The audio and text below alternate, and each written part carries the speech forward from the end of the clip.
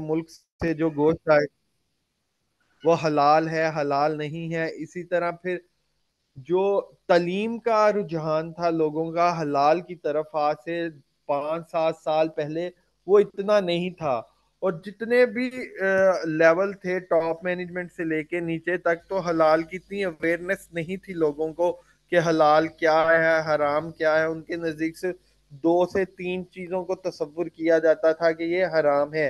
Alcohol को लोग कह देते थे हराम है, या पोर्क को कह देते थे हराम है, या फिर ज़िबा के हवाले से कि अगर जानवर को शरई उसूल के मुताबिक ज़िबा नहीं किया गया तो उसको लोग हराम समझते थे। लेकिन जैसे जैसे अवेयरनेस आती गई लोगों में, शऊर पैदा होता गया तालीम का, तो उनको हलाल हराम के बारे में मजीद मालूमात होना शुरू हो गई। कुछ अर्सा पहले की बात है, पाकिस्तान में एक इशू उठा कि एक कंपनी थी एबीसी, उनके प्रोडक्ट के ऊपर एक ऐसा इंग्रेडिएंट लिखा गया जो कि हराम था। अवेयरनेस नहीं थी लोगों को, मार्केट में चलता रहा। फिर उस प्रोडक्ट की कंप्लेन की गई मार्केट में, जिसकी वजह से फूड अथॉरिटी ने वो तमाम प्रोडक्ट को पाकिस्तान मार्केट से उठा लिया। तो ये क्या था, अवेयरनेस की कमी थी। लोगों को पता नहीं था कौन सा इंग्रेडिएंट हलाल है कौन सा हराम है। तो जैसे जैसे अवेयरनेस आती गई तो पाकिस्तान की अपनी मार्केट में जो चीजें बन रही थी उनके ऊपर भी रेगुलेटरी बॉडीज ने, फूड अथॉरिटीज ने स्ट्रिक्ट सख्ती से अमल दरामद शुरू कर दिया कि ऐसी चीजें जो इंपोर्ट होकर पाकिस्तान आ रही हैं वो भी क्या हो, हलाल हो। अब हलाल की जो टाइप्स हैं सर्टिफिकेशन की जो पाकिस्तान में दी जाती हैं वो 3 से 4 तरह की है। सबसे पहले पाकिस्तान का अपना हलाल मैनेजमेंट सिस्टम है जिसको पीएस स्टैंडर्ड 3733 कहते हैं। उसकी पहले 2019 वर्जन था, अब उसका वर्जन 2022 चल रहा है। तो इसकी जो एक्रीडेशन है पाकिस्तान में, पाकिस्तान नेशनल एक्रीडेशन कौंसल देती है। फिर उसके अलावा एक और पाकिस्तान में सर्टिफिकेशन चलती है department of Islamic development Malaysia की, जैकम के नाम से, जिसको हम MS 1500 कहते हैं। ये बेसिकली स्टैंडर्ड्स के नाम है जो पाकिस्तान में लोग ले रहे हैं हलाल की सर्टिफिकेशन के हवाले से। सिमिलरली फतवा, कुछ कंपनियां ऐसी हैं जो इनिशियली वो नहीं लेती सर्टिफिकेशन। वो क्या करती हैं, तो किसी भी मदरसे से, वो किसी ऐसे शख्स से जिसने दरसे निज़ामी किया हो 8 साल का, उससे फतवा ले लेती हैं कि हमारा प्रोसेस जो है वो हलाल है। उसके अलावा पाकिस्तान में जो सर्टिफिकेशन चल रही है जीएसओ की चल रही है, गल्फ स्टैंडर्ड स्पेसिफिकेशन, जिसको जैक एक्रीडेशन कहते हैं, जिसका कोड GSO 2055 है। सिमिलरली इसके अलावा जो सर्टिफिकेशन चल रही है वो organisation of Islamic corporation SMIC 2019 की चल रही है। जो पाकिस्तान का अब नया स्टैंडर्ड है PS 3733 2022, उसने अपने आप को अमर्ज कर लिया है OIC के साथ। पहले OIC 2019 वाले स्टैंडर्ड का हिस्सा नहीं थी। अब OIC को इन्होंने क्या किया है, 2019 वाले में ऐड करके नया स्टैंडर्ड डेवलप कर दिया है PS 3733 2022 OIC SMIC 2019। अब जो पाकिस्तान का स्टैंडर्ड है वो अमर्ज है विद सिमिक के साथ। ये कुछ सर्टिफिकेशन बॉडीज के लोगों हैं जो अपने पाकिस्तान में लोगों को और बाहर के मुल्क लोगों को हलाल सर्टिफिकेशन दे रही हैं। ये उनमें से कुछ कंपनियों के हलाल के लोगो हैं। अगर प्रोडक्ट के ऊपर ये लोगो लगे हैं तो मतलब वो प्रोडक्ट इन सर्टिफिकेशन बॉडियों से हलाल सर्टिफाइड है। अभी पाकिस्तान में 2 तरह की सर्टिफिकेशन बॉडीज हैं, एक है एक्रीडेटेड बॉडीज और एक है non accredited body. Accredited body क्या होती है, जिसने पाकिस्तान नेशनल एक्रीडेशन काउंसिल से रजिस्ट्रेशन करवाई हो।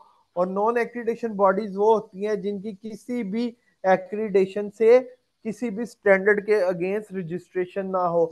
आज से कुछ साल पहले ये 9 थी, अब recently total 11 certification bodies Pakistan में ऐसी हैं जो कि पनेक एक्रीडेशन सर्टिफिकेट प्रोवाइड करती हैं, जिसकी पाकिस्तान में उस सर्टिफिकेट की वर्थ मानी जाती है। इवन कि अगर आप एक्सपोर्ट कर रहे हैं किसी भी मुल्क में, तो पनेक एक्रीडेटेड सर्टिफिकेट उसकी एक्सपोर्ट के लिए हेल्पफुल रहता है। पाकिस्तान में जो सबसे पहले बॉडी रजिस्टर्ड हुई वो RINCA थी। उसके बाद ये गवर्नमेंट की पंजाब हलाल डेवलपमेंट एजेंसी, उसके बाद सनहा हलाल एसोसिएट पाकिस्तान, इससे पहले ये साउथ अफ्रीका में थी। फिर उसके अलावा इंटरनेशनल हलाल सर्टिफिकेशन, फिर गल्फ टिक प्राइवेट लिमिटेड, फिर उसके बाद अलवाइस सर्टिफिकेशन, फिर ग्लोबल हलाल सर्विसेज, उसके बाद अफान का पाकिस्तान हलाल एपिक्स प्राइवेट लिमिटेड। पहले यहाँ तक ये 8 सर्टिफिकेशन बॉडीज क्या थी, रजिस्टर्ड थी। रिसेंटली 3 सर्टिफिकेशन बॉडीज ऐसी हैं जिसको पनेक ने मजीद रजिस्टर्ड किया है। उनमें एक है Islamic food and nutrition council of America, ये यूएसए की एक सर्टिफिकेशन बॉडी है। इसी तरह इनका एक और ग्रुप है Islamic food and nutrition council of Canada, ये कनाडा की सर्टिफिकेशन बॉडी है। फिर उसके बाद सेंटर फॉर हलाल श्योर, ये 3 सर्टिफिकेशन बॉडी को रिसेंटली पनेक ने रजिस्टर्ड किया है। ये 11 सर्टिफिकेशन बॉडीज इस वक्त पाकिस्तान में रजिस्टर्ड हैं, पाकिस्तान नेशनल एक्रीडेशन काउंसिल और पाकिस्तान हलाल अथॉरिटी से। इनके सर्टिफिकेट तमाम कंट्रीज और तमाम regulatory bodies in 11 certification bodies में से इशू किए हुए सर्टिफिकेट को मान लेती हैं विदाउट एनी रिस्ट्रिक्शन। अगर बात करें कि ये सर्टिफिकेशन बॉडीज पनेक से अपने आप को किस तरह रजिस्टर्ड कराती हैं, तो उसका एक प्रोसेस है। सबसे पहले क्या होता है कि जो भी सर्टिफिकेशन बॉडीज हैं वो अपने डॉक्यूमेंट बनाती हैं और उसको पनेक को जमा कराती हैं और उनके डॉक्यूमेंट रिव्यू किए जाते हैं। उसके बाद उसकी एप्लीकेशन जाती है, जिसके माबैन सर्टिफिकेशन बॉडी और पाकिस्तान नेशनल एक्रीडेशन काउंसिल के दरमियान एक मुआहदा तय होता है। और वो सर्टिफिकेशन बॉडी पनेक के दिए हुए स्टैंडर्ड्स के ऊपर अपने डॉक्यूमेंट्स बनाती है और उन डॉक्यूमेंट्स को जमा करवाती है। फिर उन डॉक्यूमेंटेशन के ऊपर उन लोगों की एक्रीडेशन की जाती है। अगर हम बात करें कि हमने अपने किचन में हलाल सर्टिफिकेशन करानी है, मिसाल के तौर पे हम कहते हैं हमारा जो मदरसातुल मदीना है, हमने उधर हलाल सर्टिफिकेशन लेनी है, तो उसका प्रोसेस क्या होता है कि हलाल सर्टिफिकेशन किस तरह इशू होती है। सबसे पहले पाकिस्तान स्टैंडर्ड क्वालिटी अथॉरिटी एक अदारा है पाकिस्तान का जो ministry of science and technology के अंडर काम करता है। उसका क्या काम है, उसका काम है उसने मुख्तलिफ स्टैंडर्ड्स डेवलप करने हैं। अब Pakistan standard quality control authority एक स्टैंडर्ड डेवलप करती है, पाकिस्तान स्टैंडर्ड 4992, जो कि सर्टिफिकेशन बॉडीज के ऊपर इंप्लीमेंट होता है, जिसकी वेरिफिकेशन कौन कर रही होती है, accreditation body Pakistan national accreditation council. जो नेशनल एक्रीडेशन काउंसिल है वो आगे सर्टिफिकेशन बॉडीज की इंस्पेक्शन करती है 4992 स्टैंडर्ड के अगेंस्ट। अब जो सर्टिफिकेशन बॉडी है उसको एक्रीडेशन मिल जाती है, वो फिर क्या करता है कि जो FBO है, जो किचन है हमारा, उसकी हलाल सर्टिफिकेशन करती है पाकिस्तान स्टैंडर्ड 3733 के अगेंस्ट। ये एक सर्टिफिकेशन का प्रोसेस है कि स्टैंडर्ड बनाता कौन है, उसकी एक्रीडेशन कौन करता है, सर्टिफिकेशन बॉडी स्टैंडर्ड्स को किस तरह वेरीफाई करती है और लास्ट में किसको सर्टिफिकेट दिया जाता है, उसका बताया हुआ है। अब जो एक्रीडेशन प्रोसेस है उसको हम ऑलरेडी आपको बता दिया। सबसे पहले एप्लीकेशन जमा होगी, फिर एप्लीकेशन की प्री असेसमेंट होगी जिसको हम गैप एनालिसिस कहते हैं। गैप एनालिसिस कौन करता है सर्टिफिकेशन बॉडीज का, पनेक नेशनल एक्रीडेशन काउंसिल कर रही होती है। उसके बाद वो क्या करती है, एक फुल असेसमेंट होती है 4 मैन डेज की, जिसमें उसका स्कोप वेरीफाई करके सर्टिफिकेशन बॉडी का अगर उसमें कोई गलती आए तो करेक्टिव एक्शन करती है। फिर उसका रिव्यू प्रोसेस करने के बाद जो एक्रीडिशन इशू की जाती है वो रिकमेंडेशन होती है डीजी पनेक की, पाकिस्तान नेशनल एक्रीडेशन काउंसिल का जो डायरेक्टर जनरल होता है, वो फिर सर्टिफिकेशन बॉडी को रिकमेंड कर रहा होता है सर्टिफिकेट एक्रीडिटेशन इशू करने के लिए।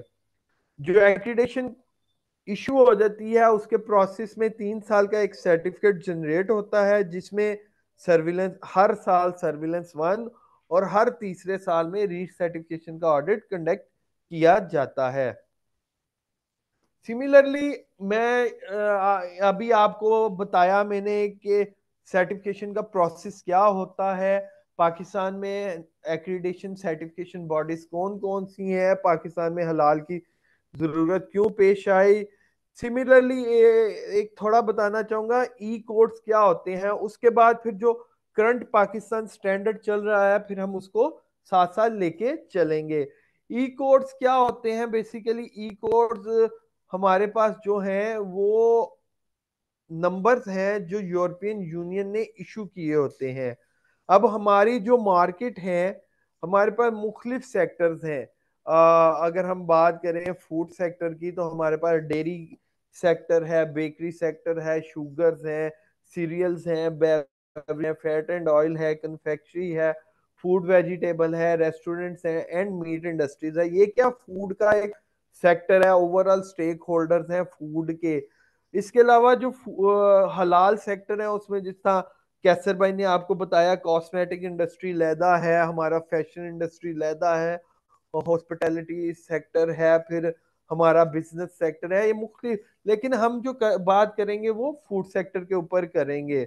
अब ई कोड होते क्या है, बेसिकली ई कोड क्या है, ई नंबर से हम देखेंगे किसी भी फूड प्रोडक्ट के ऊपर इंग्रेडिएंट्स को ई नंबर के साथ लिखा जाता है। जो ई नंबर है उनको कौन इशू करता है, उनको यूरोपियन यूनियन करती है। अब यूरोपियन यूनियन में 29 कंट्रीज हैं, वो सारी इसी ई कोड को फॉलो कर रही होंगी। पहले क्या होता था, पाकिस्तान में अगर किसी प्रोडक्ट का नाम कुछ है तो दूसरे मुल्क में कुछ होगा, उस कंफ्यूजन को दूर करने के लिए यूरोपीय यूनियन ने क्या किया, ई नंबर से मुतारिफ कराए कि अगर हमने कहीं पे ई नंबर लिखना है तो तमाम मुल्कों में वो ई नंबर एक ही होगा। अगर हमने ई नंबर लिखा है टेट्राजीन कलर तो वो होगा 102। अब जिस कंट्री में भी ई नंबर 102 जाएगा उसको अंडरस्टैंडिंग हो जाएगी कि ये टेट्राजीन कलर है।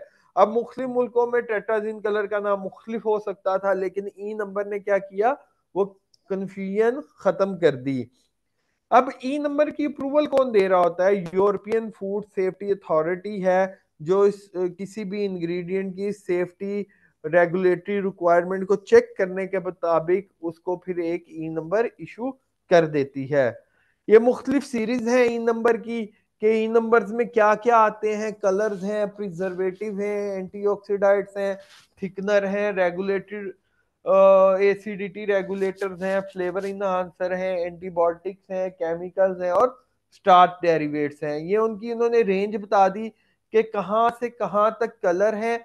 अगर अगर आपको ये सीरीज याद होगी तो आप किसी लेबल को देखेंगे और उसके ऊपर लिखा होगा E220 E230, तो आपके जेन में आ जाएगा 200 से 299 वाली जो क्लास है वो प्रिजर्वेटिव है। तो आप उसको प्रिजर्वेटिव में सर्च करेंगे, ना कि आप उसको कलर्स में सर्च करेंगे। तो ये सेग्रीगेशन उन्होंने कर दी हुई है।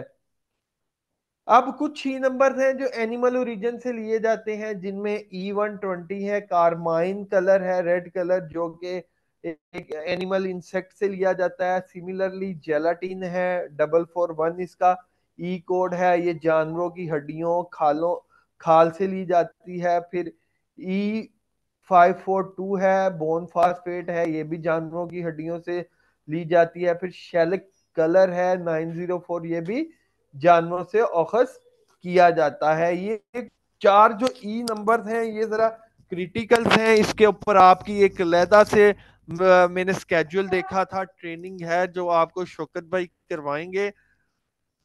अभी तक जो हमने स्टडी किया, ये पाकिस्तान में हलाल की जरूरत क्यों पेश आई, पाकिस्तान में सर्टिफिकेशन बॉडीज कौन कौन सी हैं, ई नंबर्स क्या होते हैं, और ई नंबर्स की सीरीज जो है वो, इसके हवाले से किसी का कोई सवाल है वो पूछ सकता है। फिर उसके बाद हम पाकिस्तान स्टैंडर्ड के ऊपर बात करेंगे। अस्सलाम वालेकुम। वालेकुम अस्सलाम। सर कैसे हैं? अल्हम्दुलिल्लाह। अच्छा सर, ये ई नंबर आपने बताया कि ये मतलब कि कोई प्रोडक्ट कोड होगा, उसको खोलेंगे तो ये कोई प्रोडक्ट का नाम निकलेगा। जी जी, ऐसे है ये नंबर। हम कोई ठीक भी है। चीज बाजार से खरीदते हैं, जी। उसके ऊपर उसके अज्जाए तरकीबी लिखी होती है। अच्छा, ये मतलब कि एक ई नंबर लिखा हुआ है 120, तो मतलब कि 120। जी जी। इसका आगे लिखा हुआ रेड कलर है। ठीक तो है, ये रेड कलर है बेसिक, बिल्कुल। ये कलर क्या चीज़ है, मतलब कि ये कहाँ से हासिल होता है, किस रंग, जगह से? रंग। वो ई नंबर की डिटेल लहदा आ जाएगी, कौन सा चीज कहाँ से अखज की गई है, उसकी डिटेल सेपरेट है। जो ई नंबर के ऊपर आपका डिटेल लेक्चर है वो जी। आपके कोर्स में शामिल है। उसमें क्या होगा, ई नंबर आप जब, सॉफ्टवेयर भी अवेलेबल है मार्केट में। अभी जो ई नंबर बताने का मकसद था वो ये है कि आप कोई भी मार्केट से चीज खरीदते हैं, जी। उसके जो अज्जाए तरकीबी है, मिसाल के तौर पर हमने खरीदा घी, या हमने ठीक है। खरीदी क्रीम, या हमने खरीद लिया बिस्किट, ठीक है, ठीक है। उसके ऊपर लिखा होता है उसकी अज्जाए तरकीबी। इसके अंदर मैदा डला हुआ है, इसके अंदर घी डला हुआ है, इसके अंदर रंग डला हुआ है, इसके अंदर चीनी है, इसके अंदर नमक है, इसके अंदर ठीक। कलर है। लोग क्या करते हैं, कलर का नाम नहीं लिखते, कलर का ई कोड लिख देते हैं। ई ठीक है। कोड का मकसद क्या है कि अगर ये प्रोडक्ट एक्सपोर्ट भी होती है सर एक तो मिनट, तमाम मैं लोगों। आपकी बात को समझ गया हूँ कि वो आगे चीज मतलब कि कोड से कुछ चीज आगे से बरामद निकलनी है। मैं पूछना ही चाह रहा हाँ, हूँ कि वो चीज है क्या, मतलब कि रेड कलर, क्या रेड कलर, इसका मतलब क्या है? वो कलर रेड कलर कहाँ से रंग, मतलब? कलर का मतलब क्या है, रंग है। वो तो अब रंग ही उस है। चीज में रंग डल गया है। अब जो ई कोड्स हैं वो अब जो लाल रंग है बहुत सी तरह का होता है। डार्क लाल हो गया, हल्का लाल हो गया, गुलाबी हो गया। वो जो ई कोड्स हैं वो आगे उनकी आइडेंटिफिकेशन कर देते हैं कि ये जो लाल कलर है कहाँ से लिया गया है। अब मैं मतलब लाल कि कलर किसी डालता जानवर हूँ, से हासिल किया गया है या किसी? पौधे से भी लिया जा सकता है, ठीक है। आर्टिफिशियल तौर पे भी बनाया जा सकता है, या दो रंगों को ठीक है। मिला के भी बनाया जा सकता है रंग। ठीक ठीक। शुक्रिया सर। अस्सलाम वालेकुम रहमतुल्लाह। वालेकुम अस्सलाम। सर कैसे हैं, ठीक है? अल्हम्दुलिल्लाह। जल्दी से उसामा जो है भाई, अपना आपकी सवाल आवाज नहीं आ रही, आवाज में थोड़ी तस्वीर प्रॉब्लम आ आ रही रही है, है। आवाज नहीं आ रही। अली भाई, इस तरह अस्सलाम हमारा वालेकुम। लेक्चर शायद रह ना जाए तो हम सवाल आखिर में ही ले नहीं लें। नहीं नहीं, नहीं रहता। ये वाला सेशन कंप्लीट हुआ है, इसके सवाल ले लें, उसके बाद अगला सेशन स्टार्ट करते हैं। इसमें अगर किसी को है फिर आगे समझ नहीं आएगी। जी ठीक। जी मेरा अस्सलाम वालेकुम। वालेकुम अस्सलाम। ये जी सर, मेरा सवाल ये है कि आपने कहा था कि ये जो ई कोड है ये यूरोपियन कंट्रीज इस्तेमाल करते हैं। तो बेसिकली इसमें पूछना ये था कि यूरोपियन कंट्रीज में सारे कंट्रीज आ जाते हैं, ये बेसिकली सिर्फ ई वर्ड ही यूज़ करेंगे, या अगर जिस तरह अमेरिका है, कनाडा है, वो है तो गैर इस्लामी ममालिक, तो वो यानी कि ई की जगह सी इस्तेमाल कर सकते हैं, अमेरिका ए इस्तेमाल कर सकते हैं, या सभी ई ही इस्तेमाल करें? देखिए, सबसे पहले आपको ये पता होना चाहिए कि यूरोपियन यूनियन के अंदर कितनी कंट्रीज आती हैं, ठीक है। जो मुल्क यूरोपियन यूनियन की डोमेन में आएगा वो जब भी इंग्रेडिएंट को लिखेगा तो वो ई नंबर से ही लिखेगा। जी। उसमें मुस्लिम कंट्रीज भी हैं, उसमें नॉन मुस्लिम कंट्रीज भी हैं। जी। अस्सलाम वालेकुम रहमतुल्लाह। वालेकुम अस्सलाम। सर मैंने इसमें ये मालूमात लेनी थी, ये जो ई कोड है, जी ये जी किसी चीज का मुखफ़फ़ है ई? जी जी, ई जो है ये यूरोपियन यूनियन का एब्रिविएशन है, ठीक है। इसको हम ये मैं आपको, स्क्रीन मेरी शो हो रही है ना आपको? जी जी, हो रही है। एक मिनट में हो रही है, मैं देखिए आपको अभी ये देखें, ई नंबर जो है, कोड है, वो क्या है, यूरोपियन का प्रीफिक्स है, पहला लफ्ज यूरोपियन यूनियन में। ई जो है वो यूरोपियन यूनियन को शो करता है कि ई जो है ये यूरोपियन यूनियन है, इसके अंदर जितने भी मुल्क आएंगे उस बेस पे यूरोपियन यूनियन का ई उठा के उन्होंने उसको ई नंबर दे दिया।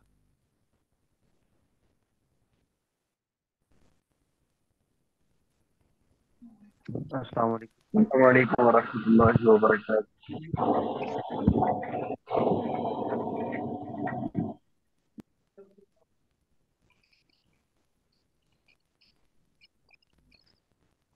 किसी भाई का सवाल है कि हम आगे स्टार्ट करें? अस्सलाम वालेकुम सर। वालेकुम अस्सलाम वालेकुम अस्सलाम। वरहमतुल्लाहि वबरकातुहू सर। एक टाइम में एक, सारे जब बोलते हैं ना फिर आवाज नहीं आती किसी की। सर कैसे हैं आप? ठीक है रियाज भाई बोलो यार। सर। अस्सलाम वालेकुम वालेकुम अस्सलाम। सर। मेरा ये क्वेश्चन था कि आपने जैसे शुरू के अंदर कहा था कि ये पहले अवेयरनेस नहीं थी, लोगों के अंदर शऊर नहीं था, कि उन लोगों को पता जी नहीं था जी। कि मतलब ये क्या चीज़ हलाल है या हराम है। मतलब शराब के बारे में ये पता था कि ये बस हराम है। आपने ये एक लफ्ज यूज किया था, पोर। तो इसका बेसिकली मतलब पोर्क। क्या है, ये क्या चीज़ है जी? पोर। पोर्क पोर्क कहते हैं सुअर को। जी ठीक है सर।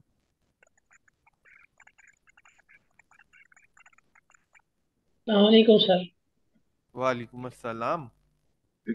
सर जब आप लेक्चर दे रहे होते हैं तो उसमें कुछ वर्ड आप इंग्लिश में यूज करते हैं, तो जी बाद जी। तक हमारे लिए समझने में डिफिकल्टी महसूस होती है। तो अगर आप थोड़ा सा इजीली वर्ड आसान अल्फाज में ताकि हमें समझने में मैं आसानी मैंने हो। मेरे ख्याल में मजा मैंने भी जो भी खराब है। लेक्चर मेरे ख्याल में मैंने जो भी लेक्चर दिया उर्दू में दिया है, और जो नाम है वो भी मैंने उर्दू में ट्रांसलेट किए हैं। अगर कोई इंग्लिश में आपको लग रहा है तो वो फिर हम बाद में ट्रांसलेट कर लेंगे। और आपको मैं प्रेजेंटेशन भी भेज दूंगा आप लोगों को, आप देख लीजिएगा, हाईलाइट कर लीजिएगा जो लफ्ज आपको जिसकी तर्जमा आए। तो आजकल तो गूगल भी है, गूगल में डालेंगे तो आपको उसका तर्जमा भी मिल जाएगा। अगर इस प्रेजेंटेशन के हवाले से, प्रोसेस के हवाले से कोई सवाल है तो पूछें। अगर तर्जमा पूछना है तो वो हम ट्रेनिंग के बाद में भी कर सकते हैं गूगल में सर्च करके। सर मैं स्टार्ट में नहीं था, तो थोड़ा सा ये बता दें कि ये प्रेजेंटेशन मतलब इसका मौजूद क्या है।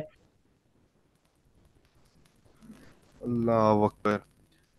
प्रेजेंटेशन का मौजू है कि हलाल पाकिस्तान में हलाल स्टैंडर्ड का इंट्रोडक्शन देना, आपको तारुफ कराना है हलाल के मियार से कि पाकिस्तान में हलाल का मियार क्या है, पाकिस्तान में कौन कौन से अदारे हैं जो पाकिस्तान से मंजूर शुदा हलाल का सर्टिफिकेट सनद दे सकते हैं, और वो उनकी इकसाम क्या है, और उन सनद को देने के लिए जो तरीका कार है जिसकी वजह से उन लोगों को वो इजाजत मिलती है हुकूमत की तरफ से, वो क्या क्या है। और जो हम अपनी खाने पीने की अशिया के ऊपर जो हम लिख रहे होते हैं कि इंग्रेडिएंट्स वो क्या हैं। ठीक है। सर एक इंग्रेडिएंट्स रिक्वेस्ट का है आपसे मतलब सर। क्या होता है? जो जो सर एक चीजें रिक्वेस्ट करनी। सर रिक्वेस्ट ये है कि 3:30 बजे तक जो है आप अगर क्लियर कर दें इस चीज़ को, क्योंकि हमारे बहुत सारे अहमा कराम है जिन्होंने इमामत भी करवानी होती है, तो तकरीबन आजकल 3:45 बजे जमात हो रही है। जिनका मसला है वो जा सकते हैं। और हमारा लेक्चर चूंकि ये है कि ये किसी मौजू पे दोबारा नहीं होना, तो इसलिए जो है ना वो बाद में दीगर भाइयों से रब्ता कर लें। लेक्चर अपने टाइम पे होगा और उसी टाइम पे खत्म होगा। इस हवाले से दोबारा कोई सवाल ना करें। ठीक है। सर एक रिक्वेस्ट ये भी थी कि देखनी, ना 4 बजे ये की जो टाइमिंग है, 4 बजे तक। और ये सेशन जो है रिकॉर्डिंग पे चल रहा है, तो जो हजरात इमामत कराना चाहते हैं वो जा सकते हैं, उसके बाद वो रिकॉर्डिंग को सुन सकते हैं दोबारा। मोहम्मद अली भाई, एक रिक्वेस्ट और ये थी कि जिस तरह अभी आपने कहा कि प्रेजेंटेशन ये अस्सलाम ग्रुप में वालेकुम भी वरहमतुल्लाहि शेयर कर दी वबरकातुहू। जाएगी। जी जी, मैं अस्सलाम ये कैसर भाई को भेज दूंगा। वो फिर आप सब कैसर भाई से ले लीजिएगा। जी, वो जो कल कल जो प्रेजेंटेशन हुई, अगर वो भी इसी तरह डेली बेस पर जो भी प्रेजेंटेशन हो वो ग्रुप में भेज दी जाए तो सर इस तरह सर ज्यादा मतलब देखिए, अगर फायदा अपने हो जाएगा सवाल फिर। जो है दो वो दो काम के अगर कर लिए तो फिर उनको आगे शुरू करने देना, इस तरह तो सारों का टाइम फिर वेस्ट होगा। देखें, दो प्रेजेंटेशन सर चीजें कैसर भाई हैं। ने कह दिया था कि हम आपको भेज देंगे, सर तो जी हम आगे मेरा चलें, ख्याल है आगे चलें। कोर्स आगे शुरू कर लें। चलें, दो हुजूर, एक चीजें सवाल। हैं। देखें, सवाल करेंगे, मेरा जवाब भी तो सुन लेना, सवाल ही चलते रहेंगे। देखें, प्रेजेंटेशन जो है वो ट्रेनर के ऊपर है। अगर ट्रेनर इजाजत देता है तो ये शेयर कर सकते हैं। आप कोई ट्रेनर के जी मेरा मटेरियल आपने आगे नहीं देना, तो कैसर भाई नहीं देंगे। अब मैंने इजाजत दे दी कि मैं ट्रेनिंग के बाद दे दूंगा, तो वो आपको शेयर कर देंगे। लेकिन कैसर भाई ने स्टार्ट में ये भी बोला था कि आप लोगों को मटेरियल नहीं दिया जाएगा, पर मैंने कह दिया मेरे वाला आपको दे देंगे। बाकी जो भी ट्रेनर होगा आप उससे रिक्वेस्ट करेंगे, तो अगर वो इजाजत दे देगा तो कैसर भाई आपको मटेरियल दे देंगे। अस्सलाम अगर वालेकुम किसी का वरहमतुल्लाहि वबरकातुहू। वालेकुम अस्सलाम। सर अर्ज ये करना था कि आपने मुख्तलिफ ई कोड के आखिर में बताया ना कि 100 से लेकर 199 प्लस के बारे में है, इसी तरह ई 400 से 499 तक थिकनेस वगैरह के बारे में। तो ई 900 से 999 तक इसके बारे में नहीं लिखा हुआ है, किस बारे में है? इस बारे में रहना है। 900 से 99 तक जो है वो भी एसिडिटी रेगुलेटर्स हैं। ठीक है, ये आपको गूगल में मिल जाएगा, ई सीरीज क्या होती हैं उसकी, आपको ये तमाम चीजें मिल जाएंगी उसके अंदर। गूगल में ये स्लाइड मिल जाएगी कि कौन से क्या होते हैं। इसके अलावा सॉफ्टवेयर अवेलेबल है, आपको सॉफ्टवेयर से भी पता चल जाएगा। आप कोई नंबर डालेंगे तो आपको बता देगा ये कौन सी प्रोडक्ट है, इसका सोर्स क्या है, ये जानवरों से ली गई है, पौधों से ली गई है, इसका स्टेटस क्या है, ये हलाल है हराम है, तो तमाम तफसील आ जाती है उस सॉफ्टवेयर में। जी सर, आप आगे शुरू करें, ये मजीद वक्त जाया हो रहा चलें, है। चलें जी, जज़ाकल्लाह। हम शुरू कर रहे हैं। अगला जो हमारा टॉपिक है, पाकिस्तान का स्टैंडर्ड।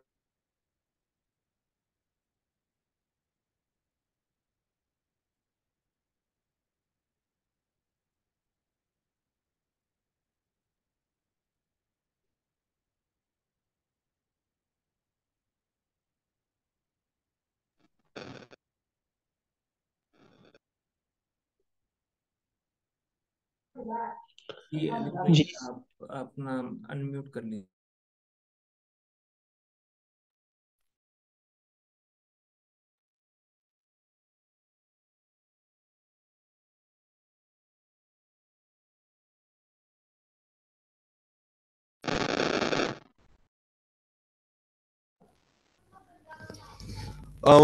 माजरत, मेरे ख्याल में स्पीकर म्यूट था। चलेंगे, अब हम स्टार्ट कर रहे हैं अगला सेक्शन पाकिस्तान स्टैंडर्ड्स के हवाले से। जो पाकिस्तान स्टैंडर्ड्स हैं हमारे, वो क्या कहते हैं।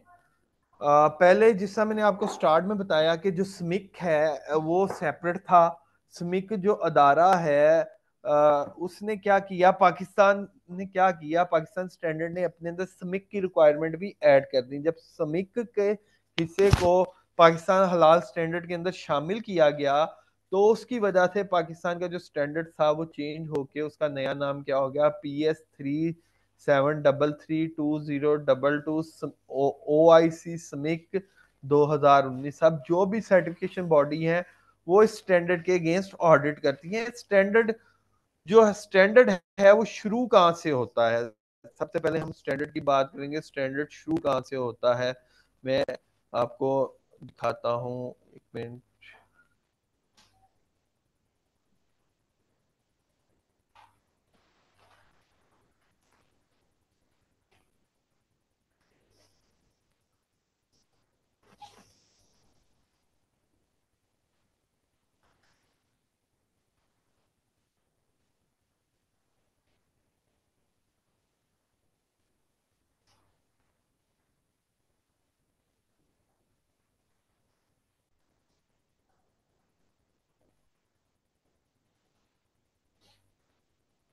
ये आपको पीडीएफ की फाइल नजर आ रही है?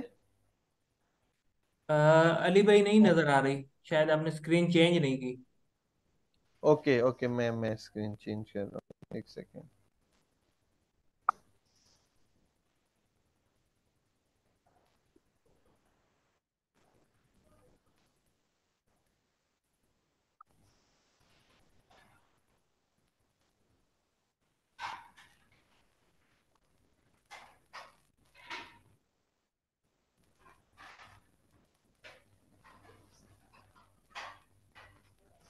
जी ये वाली ये अब बिल्कुल।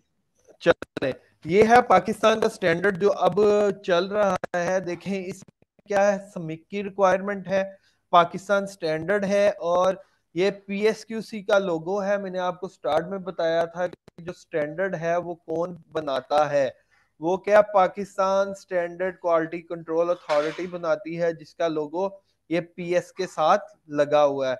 अब जो स्टैंडर्ड है ये क्या है, जनरल रिक्वायरमेंट फॉर हलाल फूड्स। जो हलाल फूड्स हैं उसकी क्या रिक्वायरमेंट है, तो ये किस तरह बनाता है, इसके अंदर क्या क्या कौन कौन लोग शामिल होते हैं।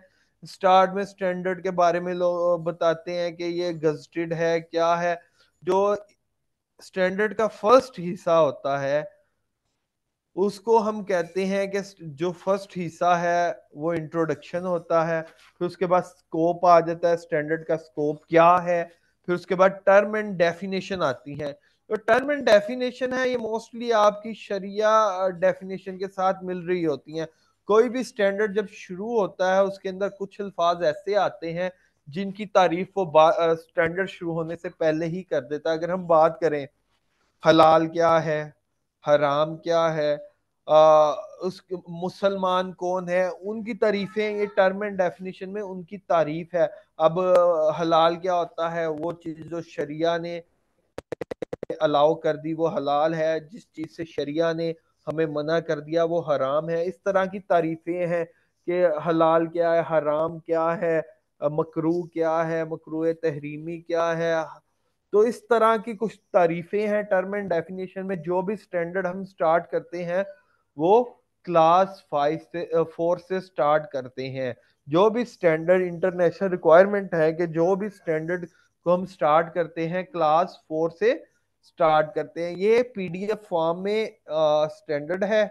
हम इसको इसकी मैंने प्रेजेंटेशन बनाई है, हम प्रेजेंटेशन से लेके चलेंगे। हमारी जो प्रेजेंटेशन है उसमें स्टैंडर्ड का एक हिस्सा शामिल नहीं होगा जो कि है स्लॉटरिंग। स्लॉटरिंग जो है वो आपका मेरे ख्याल में एक सेपरेट से लेक्चर है स्लॉटरिंग के ऊपर भी, तो वो चीजें आपकी वहां पे कवर हो जाएंगी। तो आज जो हम करेंगे वो पाकिस्तान स्टैंडर्ड को देखेंगे। अब मेरी ये वाली स्लाइड आपको शो हो रही है, पीडीएफ से हट के अब दूसरी स्क्रीन आ गई, ये शो हो रही है कैसर भाई? सिर्फ पीडीएफ ही शो हो रही है। अभी पीडीएफ ही हो रही है, जी ये एक्सेल की, ये पावर पॉइंट नहीं शो हुई? नहीं शो हुई। स्क्रीन आप चेंज कीजिए। तो मुझे स्क्रीन दोबारा चेंज करनी पड़ेगी।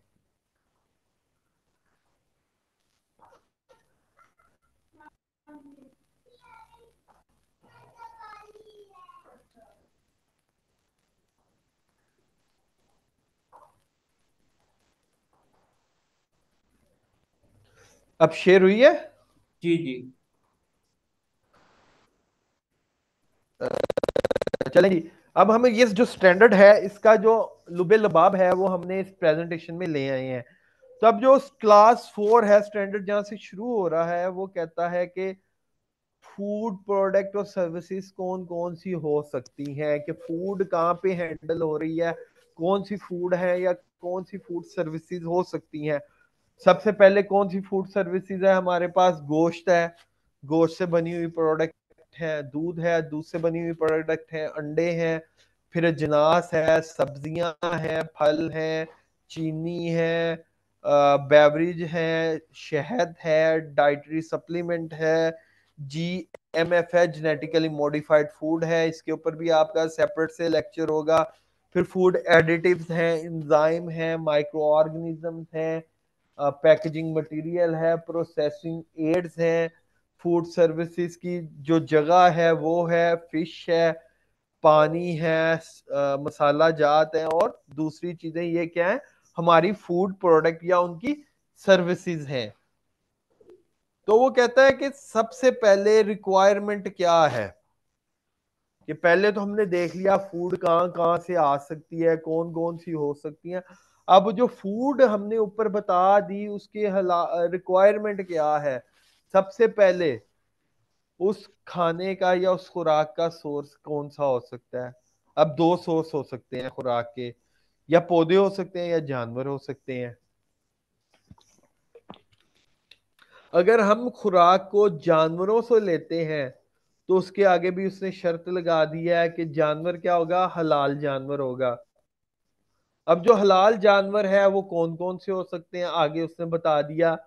डोमेस्टिकेटेड एनिमल, घरेलू जानवर। अब घरेलू जानवर कौन से हो सकते हैं, गाय, भैंस, भेड़, बकरी, ऊंट और मुर्गियां, बत्तख और टर्कीज वगैरह, ये क्या है, घरेलू जानवर हैं। अब वो एक और कहता है, वो जानवर जो शिकार ना करते हो, जंगली जानवर जो शिकार ना करते हो, उनमें उसने कह दिया हरन है, जंगली भैंसा है। ये क्या है, शिकार, जंगली जानवर है लेकिन ये क्या है, शिकार नहीं करते। फिर उसने क्या कर दिया, हलाल जानवरों कौन कौन से हो सकते हैं, वो परिंदे जो शिकार ना करते हो। अब वो कौन से हैं, उसमें हमारे पास आ जाते हैं, कबूतर हो गए, ठीक है, शुतुरमुर्ग हो गए, इसी तरह और जानवर। फिर उसने क्या है, जो कीड़े हैं उनमें क्या आ गया, ग्रास ऊपर, जिसको वो हम कहते हैं जो टिड्डा होता है, ग्रास ऊपर वो आ जाता है। फिर वो कहता है कि नॉन हलाल एनिमल्स कौन से होते हैं। पहले हमने बात की खुराक, जो हमारा फूड सेक्टर है उसमें खुराक कहाँ से आ सकती है, दो तरीके से आ सकती है, जानवरों से या पौधों से। हमने कहा जानवरों से हम लेते हैं, तो जानवर कौन से होंगे, हलाल होंगे। अब हलाल जानवर कौन से होंगे, उसने पूरी शर्त बता दी जी, ये जानवर क्या है, हलाल हैं। फिर वो कहता है कि हराम जानवर कौन से हैं, जिनसे हम खुराक नहीं ले सकते। वो कहता है जी, पिग है, डॉग्स हैं, या उनकी जो औलाद है, या वो जानवर जिनको अल्लाह के नाम पे ज़िबा ना किया गया हो, या मुर्दार जानवर, ठीक है, या शिकारी परिंदे जो अपने पंजों से शिकार करते हो, या फिर कीड़े मकोड़े, चूहे, मक्खियां, या फिर कौन से हैं जो जमीन में रेंगने वाले हो, या जिनको देख के कराहत आती हो, या वो जानवर जिनको इस्लाम ने मना किया हो जिनके शिकार से, तो या दम घुटने से मरने वाले जानवर, ये सारे क्या हैं, ये सारे हराम जानवरों की इकसाम है। खुराक हमने कहां से ले ली है, हलाल जानवरों से। हलाल जानवर कौन से हैं, वो स्टैंडर्ड ने आपको बता दिया, और कौन से हराम जानवर हैं वो भी पाकिस्तान स्टैंडर्ड ने क्लियर कट आपको बता दिया कि ये कौन से जानवर हराम है। फिर हम बात करते हैं एक्वाटिक एनिमल्स की। एक्वाटिक एनिमल्स क्या होते हैं, वो जानवर जो पानी में रहते हैं। पानी में रहने वाले जानवर को क्या कहते हैं, एक्वाटिक जानवर। एक्वाटिक पानी से है, एक्वा का वर्ड जहां भी आएगा उसका मतलब है पानी। वो कहता है कि तमाम मछलियां, ठीक है, कौन सी मछलियां, स्केल, जिनके ऊपर उनके स्केल लगे हैं या जिन पे स्केल नहीं लगे, वो, और श्रिम्प्स जिसको हम झींगा कहते हैं, और मछली के अंडे, ये सब क्या हैं, हलाल हैं। जो पिछला स्टैंडर्ड था वो कहता था कि जो मछली है, आ, हर जो फिक्का मजहब का बंदा है वो मछली को अपने अकीदे के मुताबिक इस्तेमाल कर सकता है, क्योंकि कुछ अकीदा में मछली स्केल के साथ हलाल नहीं होती। तो अब उसने क्या कह दिया, जब स्टैंडर्ड अपग्रेड हुआ उन्होंने कह दिया कि तमाम मछलियां हलाल हैं, विद स्केल और विदाउट स्केल। और पिछले स्केल की स्टैंडर्ड वजाहत में, कर दीजिएगा। जी जी, किस चीज की, स्केल, स्केल विदाउट स्केल। देखें मछली को जब हम खाते हैं तो उसके ऊपर वो वाइट वाइट से वो लगे होते हैं, जिसको पहले हम उतारते हैं। मछली जब खरीदते हैं तो उसके ऊपर से उसका छिलका उतारते हैं, वो वाइट वाइट से थोड़े वो जो लगे होते हैं, वो उसको हम स्केल कहते हैं।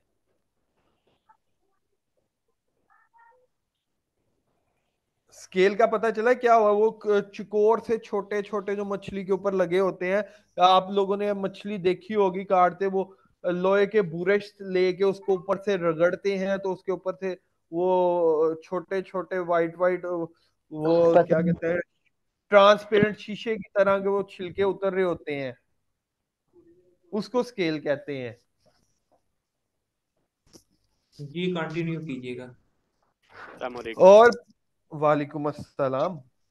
ये मैं स्केल के बारे में आपसे सवाल कर रहा था कि स्केल जो है ये तमाम मछलियों पर इसी तरीके से होते हैं या डिफरेंट होते हैं?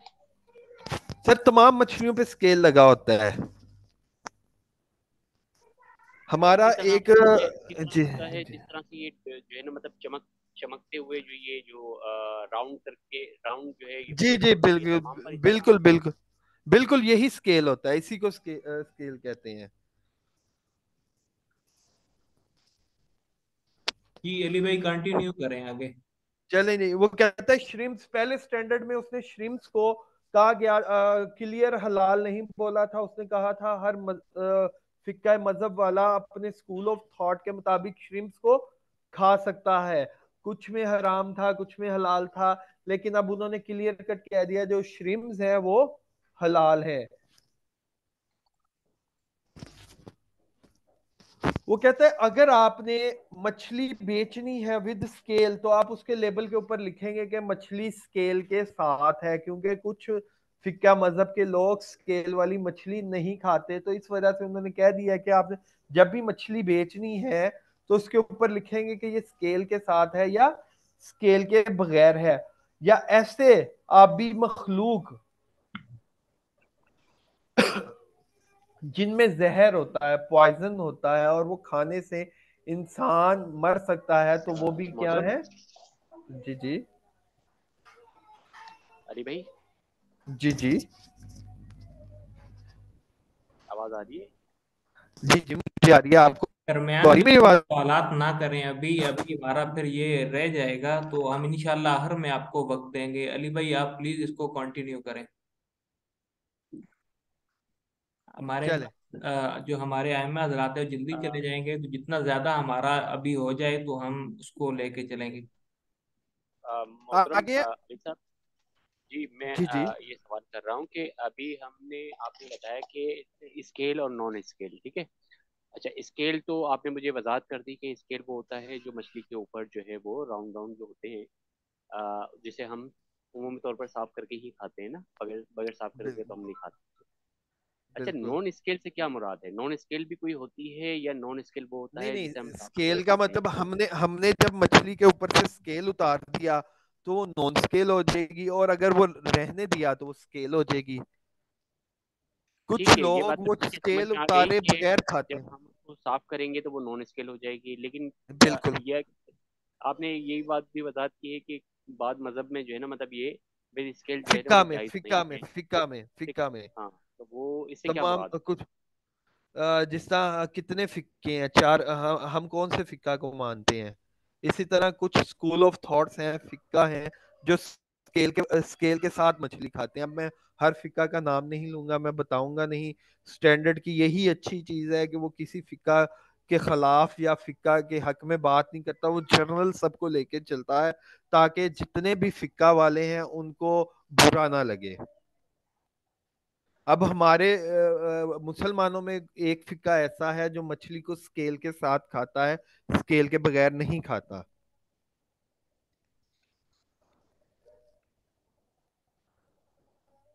अच्छा जी, आगे बात करते हैं एम्फीबियंस की। एम्फीबियंस क्या होते हैं? स्टैंडर्ड कहता है तमाम एम्फीबियन हराम हैं। अब एम्फीबियन क्या होते हैं? जो पानी और खुश्की दोनों में रहते हैं। अगर आपको कोई के कछुआ खाना है तो कछुआ क्या है? एम्फीबियन है, वो पानी में भी रहता है खुश्की में भी रहता है, वो क्या है? हराम है। इसी तरह जिस तरह मैंने कहा एक्वेटिक एनिमल में मछली हलाल है, अगर कोई मछली खुश्की में भी रह सके और पानी में भी रह सके वो हराम है, वो एम्फीबियंस में आ जाती है। आगे हम बात करते हैं प्लांट ओरिजिन की। पहले हमने एनिमल ओरिजिन की बात कर ली, एनिमल कौन कौन से हैं उनको देख लिया। आगे वो कहता है प्लांट ओरिजिन, प्लांट्स में वो प्रोडक्ट हलाल हैं जो कि जहर आलूद ना हो। फिर आता है blood and other material of human and animal origin. वो कहता है तमाम तरह का खून क्या है? हराम है। ह्यूमन इंसानों के और जानवरों के जिस्म से निकलने वाली रतूबात वो भी हराम है। उसने आगे रतूबात बता दी कि इंसानों के जिस्म के सुराखों से, जितने भी सुराख हैं इंसान के जिस्म से, उनमें से जो जो रुतूबत निकलेगी वो क्या हराम है। और इंसानी जिस्म का कोई हिस्सा भी खाने के लिए इस्तेमाल करना हराम है। फिर आगे आ जाता है स्लॉटरिंग में कि ज़बा क्या है, ज़बा किस तरह किया जा सकता है, मशीनी ज़बा क्या है, स्टनिंग क्या है। वो आपका सेपरेट लेक्चर है, मैंने इसीलिए ज़बा को रूल ऑफ स्लॉटरिंग छोड़ दी है, वो हम डिस्कस नहीं करेंगे। क्योंकि अगर हम रूल ऑफ ज़बा पे रहे, स्लॉटरिंग पे रहे, तो वो 2 घंटे का लैदा लेक्चर है, तो वो आपका सेपरेट से लेक्चर है, इसलिए हम यहाँ पे उसको डिस्कस नहीं करेंगे। फिर वो कहता है गोश्त और गोश्त से बनने वाली प्रोडक्ट। वो कहता है जो जानवर, जो हलाल जानवर हमने बताए शुरू में, उनका गोश्त और उनके गोश्त से बनने वाली तमाम चीजें हलाल हैं। और कहता है अगर हम हलाल जानवर के गोश्त में कोई नॉन हलाल चीज ऐड कर देंगे तो वो भी क्या हो जाएगी, हराम हो जाएगी। फिर वो कहता है दूध और दूध से बनने वाली प्रोडक्ट। वो कहता है जी वो जानवर जो हमने पीछे बता दिए, उसने क्लास नंबर लिख दी। कहता है वो जानवर जो घरेलू जानवर हैं वो बता दिए कौन कौन से हैं, उनका दूध हलाल है, ठीक है। और जो उनके हलाल जानवरों से हलाल तरीके से रेनेट और जेलाटिन लेंगे वो भी हलाल होगी। अगर हम नॉन हलाल जानवर से जेलाटिन और रेनेट लेंगे तो वो हराम होगी। 2 चीजें हैं, पूरा स्टैंडर्ड टोटल 4 चीजों पे बात करता है, एक हलाल और हराम, दूसरा पाक और नापाक के ऊपर। ये 4 चीजें ओवरऑल स्टैंडर्ड को लेके चलती हैं। वो कहता है जी कि जो इंसानी खुराक है ना, एक तो है कि इंसान जब पैदा होता है वो अपनी माँ का दूध पीता है, वो उसके लिए हलाल है, ठीक है। वो कहते हैं इंसान का दूध, इंसानी दूध अगर किसी खुराक में शामिल कर दिया जाए तो वो खुराक क्या होगी, हराम होगी।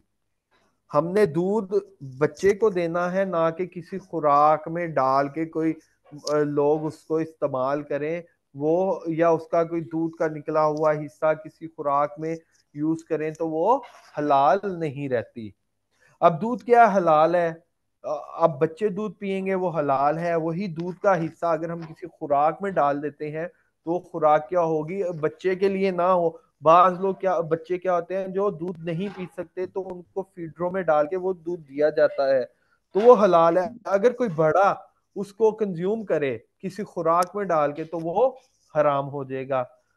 इसी तरह अंडे और अंडों से बनने वाली अशिया। वो कहता है जो जानवर, जो परिंदे बता दिए उनके अंडे हलाल हैं, उनके अलावा किसी और जानवर से अंडे लिए जाएंगे तो वो क्या है, हराम है। उसके अलावा वो कहता है मछली के अंडे वो भी हलाल है। और अंडा कब तक हलाल है, जब तक वो ठीक है, वो खराब नहीं होता। अब क्या होता है कि हम अंडे फ्रिज में रख देते हैं, वो पड़े पड़े पड़े स्मेल दे देते हैं, काले हो जाते हैं। अगर अंडा उसकी मियार तक, उसकी जो लाइफ है 1 हफ्ता या 2 हफ्ते, तब तक कंज्यूम करें तो हलाल है। अगर उसके बाद वो खाने के काबिल ना रहे और खराब अंडे खा लें तो वो क्या है, हलाल नहीं है। इसी तरह वो कहता है जिनात से बनी हुई, फलों से बनी हुई और सब्जियों से बनी हुई या कन्फेक्शनरी शुगर, ये अगर हलाल अज्जा से बनाई गई हैं तो तमाम क्या है, हलाल है। फिर वो कहता है बेवरेज, बेवरेज क्या होता है, पीने वाली अशिया। कहता है पानी और तमाम नॉन अल्कोहलिक बेवरेज हलाल हैं सिवाय उनके जिनसे नशा हमें हो। अभी हमने पिछले दिनों एक लेक्चर दिया, हमारा कोर्स चल रहा था इधर फिजान मदीना जौहर टाउन में, जो हमारे तलबा हैं उनके लिए। उसमें एक लेक्चर था हमारा बेवरेजेस के ऊपर, जिसमें हमने डिटेल से डिस्कस किया अल्कोहलिक बेवरेजेस क्या होती हैं। अब जो अल्कोहलिक बेवरेजेस हैं, मुझे अक्सर सवाल आते रहते हैं कि ये जिसमें 2% अल्कोहल है, 0.3% अल्कोहल है, 5% अल्कोहल है, ये इनसे नशा नहीं होता, ये हलाल है या हराम है? देखें, जो भी अल्कोहलिक बेवरेज है जो हमने खुद से बनाई है और उसमें हमने अल्कोहल ऐड कर दिया, वो बेशक 0.01% क्यों ना हो, वो हराम है। एक कुदरती अमल है, एक कुदरती अमल है किसी खुराक को बनाने का। उस खुराक की तैयारी में अगर 0.01% अल्कोहल कुदरत की तरफ से बन गई है और उसका कोई कंट्रोल नहीं, देन फिर हम उसको इस्तेमाल कर सकते हैं। अब हम क्या कर रहे हैं, हम सोडा बना रहे हैं, हम पानी बना रहे हैं, उसमें हम अल्कोहल ऐड कर रहे हैं जी 0.01%, तो वो जो हमने खुद से डाली है वो हलाल नहीं है। फिर है शहद और उसकी बाई प्रोडक्ट, वो कहता है जो शहद है वो हलाल है, ठीक है, उससे बनने वाली तमाम चीजें वो भी हलाल हैं।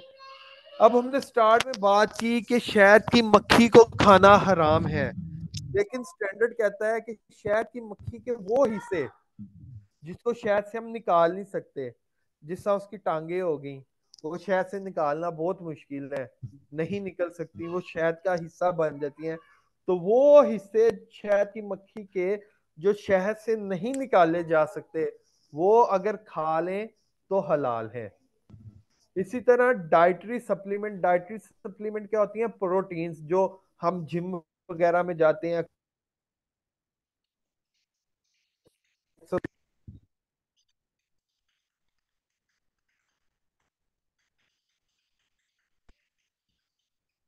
अली भाई आवाज कट रही है। वही आ गई। सोर्स क्या है? हमने स्टार्ट में बात की खुराक के दो सोर्स हैं, एक पौधे हैं, एक जानवर है। जानवर कौन से हलाल? उन जानवरों में से अगर प्रोटीन ली गई है तो वो क्या हलाल है। आगे जेनेटिकली मॉडिफाइड फूड, तो हम कहते हैं जीएमओ, जेनेटिकली मॉडिफाइड ऑर्गेनिज्म।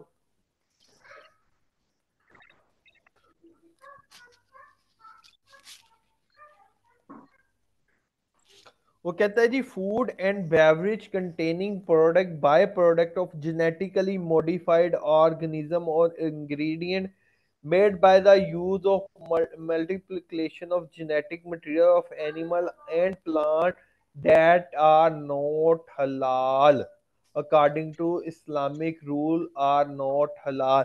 जो इस्लाम शरिया है वो कहता है कि जेनेटिकली मॉडिफाई फूड और प्लांट्स जिनके जीन्स को आपस में चेंज किया गया हो वो क्या है? नॉन हलाल है, हराम है।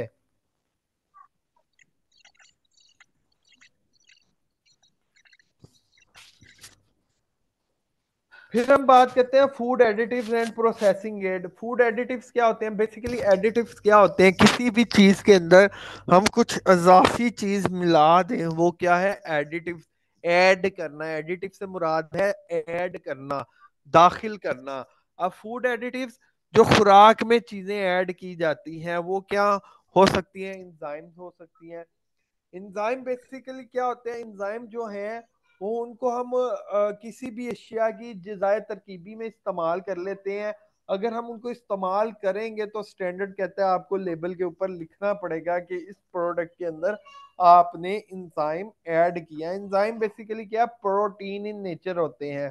प्रोटीन को हम कहते हैं लम्हेहात उर्दू में, जिस तरह फैट को चिकनाई कहते हैं, प्रोटीन को हम लम्हेहात कहते हैं, जो कि दालों और गोश्त से हासिल की जाती है।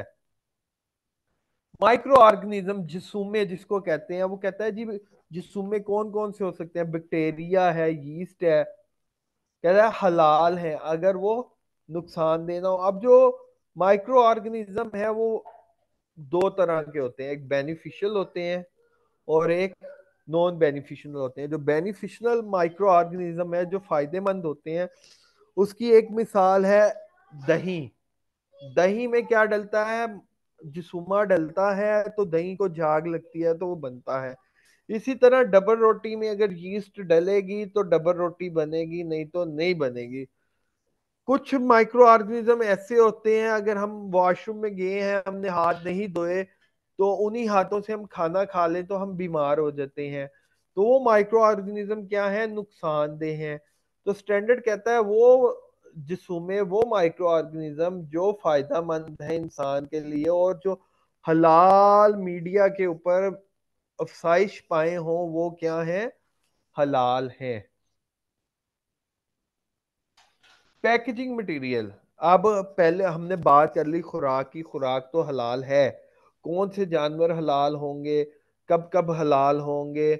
और अब जिस चीज के अंदर हमने खुराक को महफूज करना है, अगर वही हलाल नहीं तो हमने इतनी मेहनत कर दी, हलाल जानवर लिया, उससे चीजें ली, उसको हलाल तरीके में बनाया, बनाने के बाद सब कुछ कर लिया और एंड में हमने जिस चीज में उसको पैक कर दिया वही चीज नापाक थी और वो हलाल नहीं थी, तो फायदा। तो स्टैंडर्ड कहता है हमने उन चीजों को भी देखना है साथ साथ। वो कहता है जो पैकिंग मटेरियल है वो फूड ग्रेड होना चाहिए और उसका सोर्स हलाल होना चाहिए और वो हर तरह की गंदगी और नजासत से पाक होना चाहिए। और उसके अलावा कहता है दूध खुराक के अलावा जो भी प्रोडक्ट है वो भी क्या होनी चाहिए, हलाल होनी चाहिए। फिर अब वो बात करता है फूड सर्विसेज एंड फैसिलिटी, जहाँ पे अब फूड सर्विसेज या फैसिलिटी क्या होती है, वो जगह जहाँ पे हम खुराक को बना रहे हैं या खुराक को सर्व कर रहे हैं, जैसा होटल है, रेस्टोरेंट है। वो कहता है अगर किसी फूड सर्विसेज को हमने हलाल सर्टिफिकेट देना है तो उसके लिए कुछ शर्तें हैं। पहली शर्त क्या है कि वहां पे आप कोई भी अल्कोहल सेल नहीं कर सकते। अब मेरा होटल है, मिसाल के तौर पे मैं कहता हूँ जी मेरी जो फैसिलिटी है मैंने हलाल सर्टिफाइड करा ली है, करानी है, उसकी पहली शर्त क्या है कि वहां पे जितने भी बंदे हैं वो नॉन हलाल चीजें ना खाते हो। ठीक है, अब नॉन हलाल चीजें ना खाते हो और उसके अलावा एक और शर्त है कि वहां पे अगर मुसलमान आके ठहरे, गैर मुस्लिम आके ठहरे, आप गैर मुस्लिम को अल्कोहल नहीं देंगे वहां पे।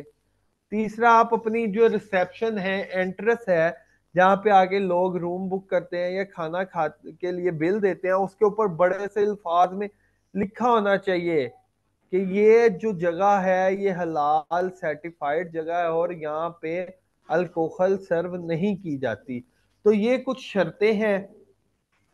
और वो कहता है कि अगर कोई फैसिलिटी, कोई जगह हलाल खुराक दे रही है, उसने एक दफा उस बर्तन में हराम चीज बना ली है, तब वो क्या कर देगा, इस्लामी तरीका से उस बर्तन को साफ करेगा, उसके बाद वो उसमें हलाल चीज पकाएगा तो वो हलाल है।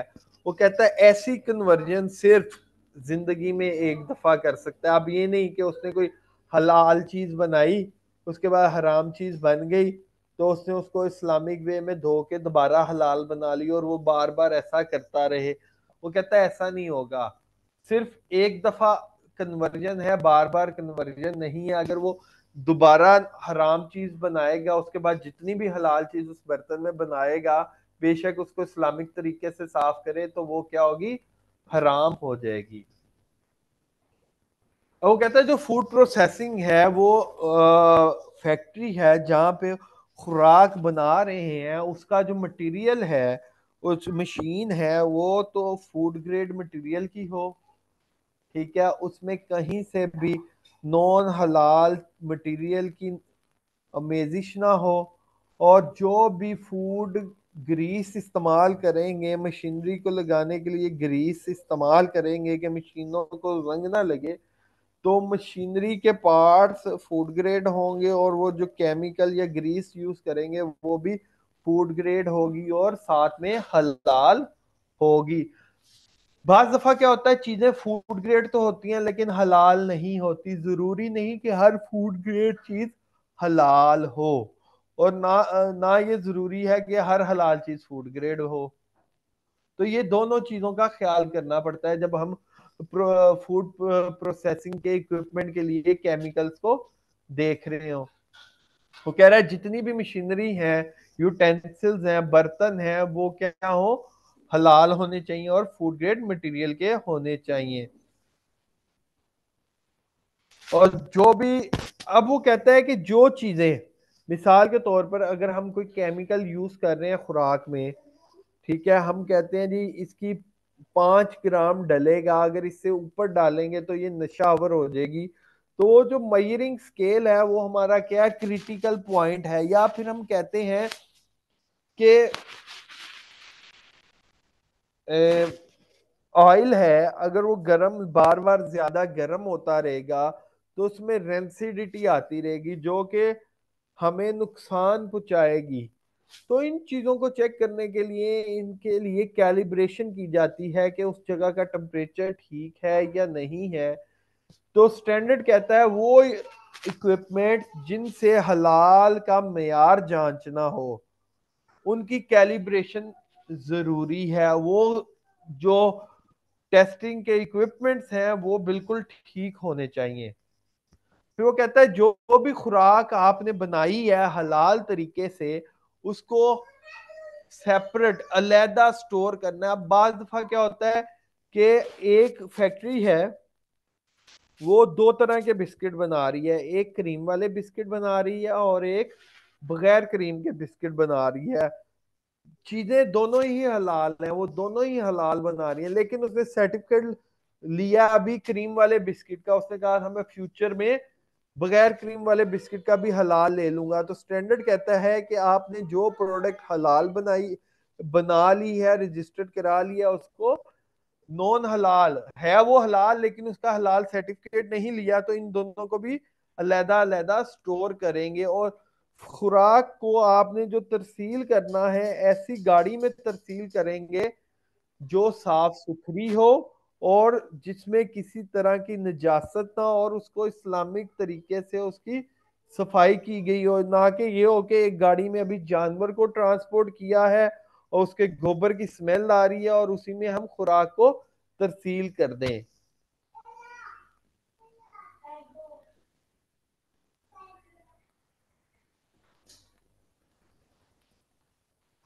आगे वो कहता है आइडेंटिफिकेशन एंड ट्रेसेबिलिटी। अब आइडेंटिफिकेशन क्या है, हमने खुराक की आइडेंटिफिकेशन करनी है, उसको पहचानना है और उसको ट्रेस करना है कि खुराक है क्या। मिसाल के तौर पर मैं कहता हूं कि आज मेस में आपके मदरसे के बावर्ची खाने में गोश्त पका है, ठीक है, और उसको 50 तलबा ने खाया है।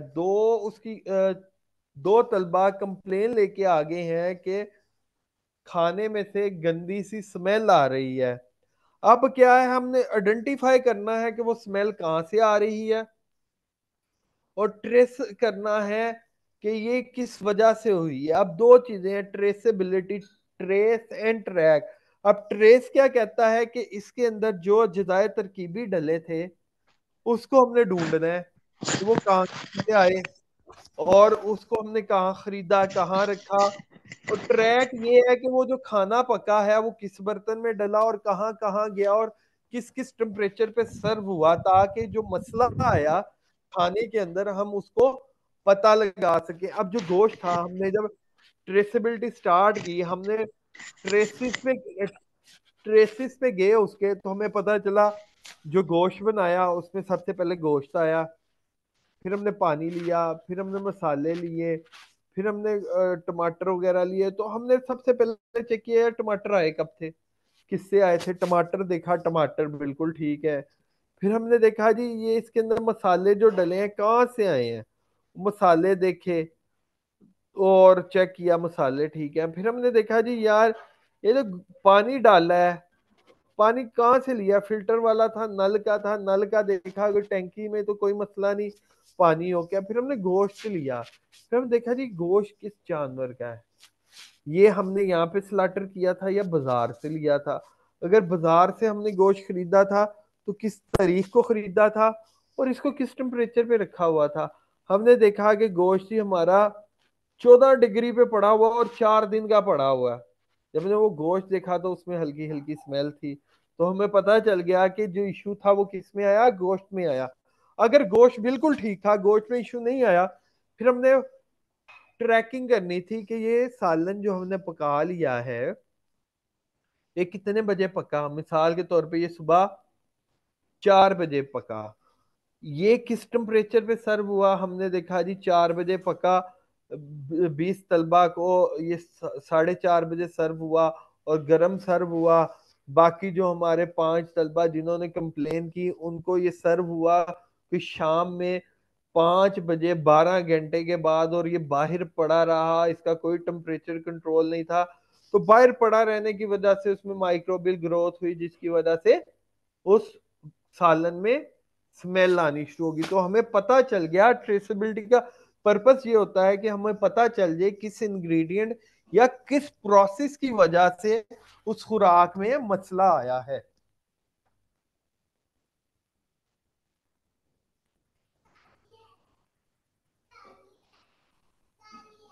वो कहता है जो पैकिंग एंड लेबलिंग है, जो भी हमने पैकिंग करनी है वो कैसी होनी चाहिए कि हलाल फूड जो भी है उसको हमने हलाल और फूड ग्रेड पैकिंग में ठीक है।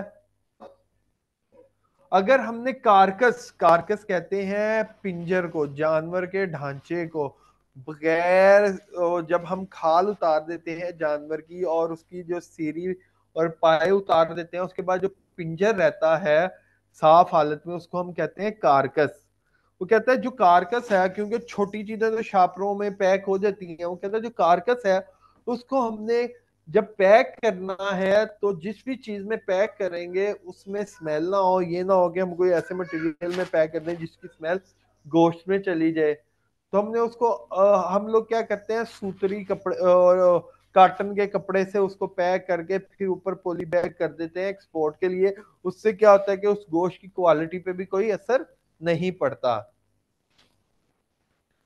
वो कहता है जी जो भी हमने प्रोडक्ट पैक करनी है उसके ऊपर आइडेंटिफिकेशन लगानी है, उसका हलाल सर्टिफिकेशन का नंबर लगाना है, हलाल लोगो लगाना है। ये क्या स्टैंडर्ड की रिक्वायरमेंट है। सबसे पहले क्या होगा, प्रोडक्ट का नाम लिखेंगे, उसके अज्जाए तरकीबी लिखेंगे, उसकी मैन्युफैक्चरिंग एक्सपायरी डेट लिखेंगे, उसका यूनर मेजरमेंट लिखेंगे कि ये कितने ग्राम का है या कितने केजी का है या कितने ml की ये प्रोडक्ट है।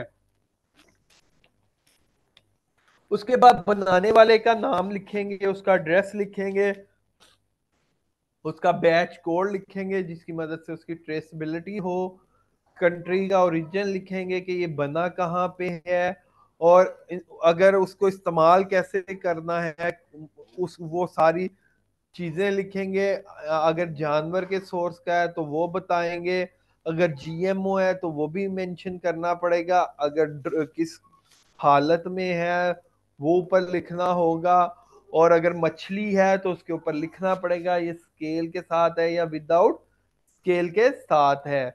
उसके अलावा वो कहता है कि हमने क्या करना है, अगर जानवर है, अगर गोश्त है तो हम उसकी स्लाटरिंग डेट लिखेंगे कि ये जानवर, ये जो गोश्त है इसके अंदर, ये जानवर किस दिन ज़िबा किया गया, इस गोश्त को प्रोसेस कब किया गया, इसकी जो रिपोर्ट थी एंटीमोर्टम जिसको कहते हैं ज़िबा से पहले जानवर की जांच पड़ताल, वो किस डॉक्टर ने की, वो सारी डिटेल हमें किसी कोड से मेंशन करनी पड़ेगी। वो कहता है अगर किसी प्रोडक्ट के ऊपर हलाल लोगो लगा है, जो मैंने लोगो आपको दिखाए, अगर वो लोगो लगे हैं तो कहता है लोगो के साथ उसका नीचे लोगो का नंबर भी लिखना जरूरी है। वो कहता है लीगल रिक्वायरमेंट कि जो कानूनी कवानीन है कानून के बनाए हुए, वो कहता है जितने भी हलाल रिक्वायरमेंट है उसके अलावा जिस मुल्क का वो हलाल स्टैंडर्ड है उसके साथ साथ उस मुल्क की खुराक के हवाले से कानूनी जितने भी मियार बने हुए हैं उन सबको भी चेक किया जाता है। मिसाल के तौर पर हलाल का स्टैंडर्ड है, अगर इसका ऑडिट होगा तो इसके साथ साथ पंजाब में हो रहा है तो पंजाब फूड अथॉरिटी की रिक्वायरमेंट को देखेंगे, अगर सिंध में है तो सिंध की देखेंगे, नहीं तो पीएसक्यूसी पाकिस्तान स्टैंडर्ड कंट्रोल अथॉरिटी की रिक्वायरमेंट को हम लोग देख रहे होंगे।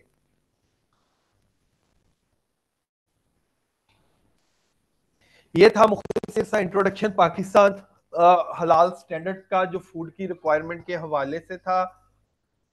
हमने जो आज डिस्कस किया, पहले हमने डिस्कस किया पाकिस्तान में हलाल की जरूरत क्यों है।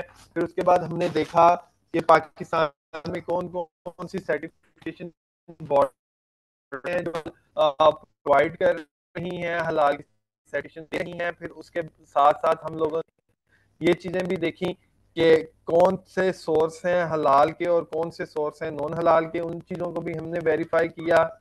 तो उसके बाद हमने पाकिस्तान स्टैंडर्ड जो न्यू स्टैंडर्ड है उसने देखा। अब किसी का भी कोई साल किसी तरह का भी है स्टैंडर्ड्स के हवाले से या हमारे उसके हवाले से जो हमने पहली प्रेजेंटेशन की, तो अब आप लोग एक एक करके पूछ सकते हैं। अस्सलाम वालेकुम। वालेकुम अस्सलाम। मेरा सर सवाल ये था कि आपने बताया था कि ये जो अल्कोहल अगर हम उसे फॉर एग्जांपल 0.5 पे यूज करते हैं तो वो कर सकते हैं। तो अगर तो अल्कोहल तो है ही हराम है, तो अगर हम उसे नहीं नहीं मेजरमेंट नहीं नहीं नहीं, करके आपने मेरी बात नहीं सुनी, आपने मेरी बात नहीं सुनी। मैंने आपको बोला कि अगर हम 0.01% भी अल्कोहल किसी प्रोडक्ट में डालेंगे तो वो हराम है। आपने लगता है तवज्जो से नहीं सुना। ये वो तो मैंने नोट कर लिया था, मगर ये था कि जो अब आपने थोड़ी देर पहले जिसमें बताया था कि अगर वो मीन के यूज कर लेते हैं कि यूज हो जाती है और उसके साथ यानी कि नशा नहीं होता इंसान को। नहीं, मैंने नहीं बोला। मैंने अब फिर सुनने, मैंने कहा कोई भी बेवरेज जिसमें हम खुद से अल्कोहल की मिकदार ऐड करें, बेशक वो 0.01% क्यों ना हो और उससे नशा ना हो, वो हराम है। ठीक है। अगर जी हम कोई खुराक बना रहे हैं और उसमें कुदरती तौर पे हम नहीं डाल रहे, कुदरती तौर पे अल्कोहल की कुछ परसेंटेज बन जाए जो उसको महफूज करने के लिए इस्तेमाल हो, तो वो हलाल है। मिसाल के तौर पे डबर रोटी आप खाते हैं, ब्रेड आप खाते हैं, उसके अंदर कुदरती प्रोसेस हो रहा है, हम उसमें अल्कोहल नहीं ऐड कर रहे। जब शुगर के साथ खमीर अमल करता है उस नतीजे में कुछ अल्कोहल बनती है जो गर्म करने पे बहारात बन के उड़ जाती है, तो उसका कोई असर नहीं रहता, वो हम खाते हैं, वो क्या है, हलाल है। जी ठीक। अस्सलाम वालेकुम। वालेकुम अस्सलाम। सर आपने बताया था कि जीएमएफ जेनेटिकली मॉडिफाइड फूड, इसके जीएमओ बारे में कुछ आपने बताया था, तो जी इसको कुछ थोड़ा सा बताइए, ये जी क्या होता है इसकी जी वजह जी से। जी देखिए, जेनेटिकली मॉडिफाइड फूड ये होते हैं कि एक जानवर के या एक पौधे के जीन्स में हेर फेर करके खुराक बनाई जाती है, जिससे क्या होता है कि हम ये देखते हैं कि जो बीमारियां हैं, मिसाल के तौर पे हम कहते हैं कि गंदुम है, गंदुम को कीड़ा लग जाता है। अब हमने गंदुम के जीन्स में तब्दीली ऐसी कर दी कि हमें उसको स्प्रे भी नहीं देनी पड़ी और उसमें कीड़े भी नहीं लग रहे और उससे हमें फसल ज्यादा मिल रही है। वो क्या है, जेनेटिकली मॉडिफाइड। तो जेनेटिकली मॉडिफाइड जो है उसको खाना या पीना उसको स्टैंडर्ड ने हराम करार दिया। बाकी आपका genetically modified food and meat के ऊपर एक लेक्चर अलहदा से भी होगा। अस्सलाम वालेकुम सर। वालेकुम अस्सलाम। सर जी, अब वो फिश एंड फिश प्रोडक्ट के बारे में जरा थोड़ा सा हमें गाइड कर दें कि उसमें कौन कौन सी।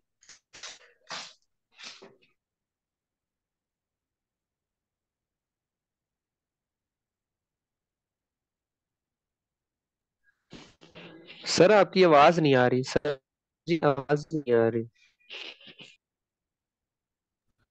अब आ रही मेरी आवाज आपको? जी अब आई है, जी अब आई है। देखें, फिश क्या है, मछली है। और फिश प्रोडक्ट्स क्या है, मछली से बनी हुई प्रोडक्ट। अगर आप कोई सालन बना लेते हैं, आप फिश फ्राई कर लेते हैं, मछली के अंडे हैं या मछली का ऑयल है, ये क्या है, उसकी बाय प्रोडक्ट्स हैं।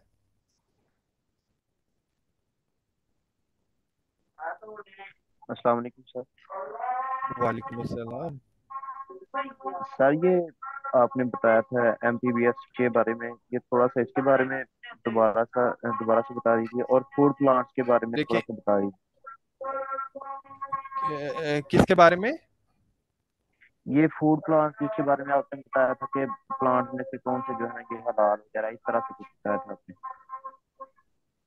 देखिए, जो एम्फीबियंस हैं, एम्फीबियंस उन जानवरों को कहते हैं। एम्फीबियंस वो जानवर होते हैं जो खुश्की और पानी दोनों जगह रह लें।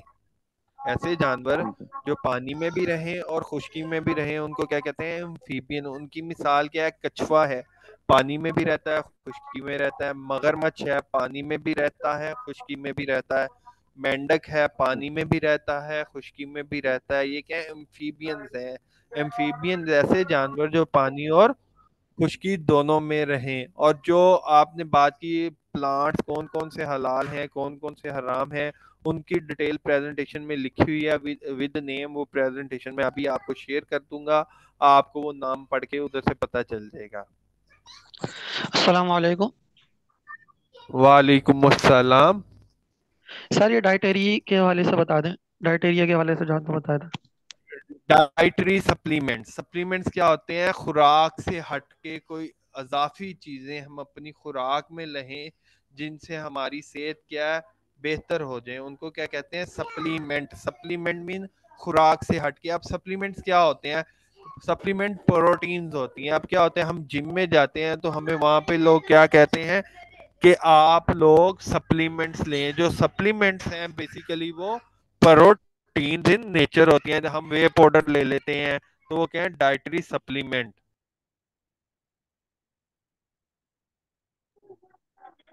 अस्सलाम वालेकुम सर। अस्सलाम वालेकुम सर। वालेकुम अस्सलाम।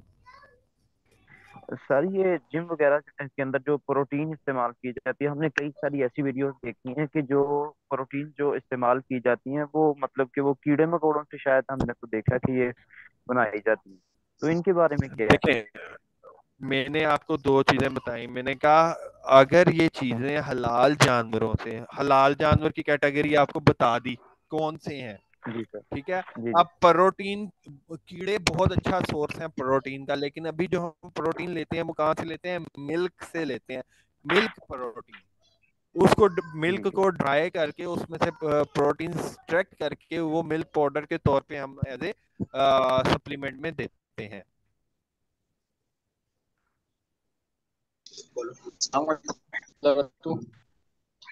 वालेकुम अस्सलाम।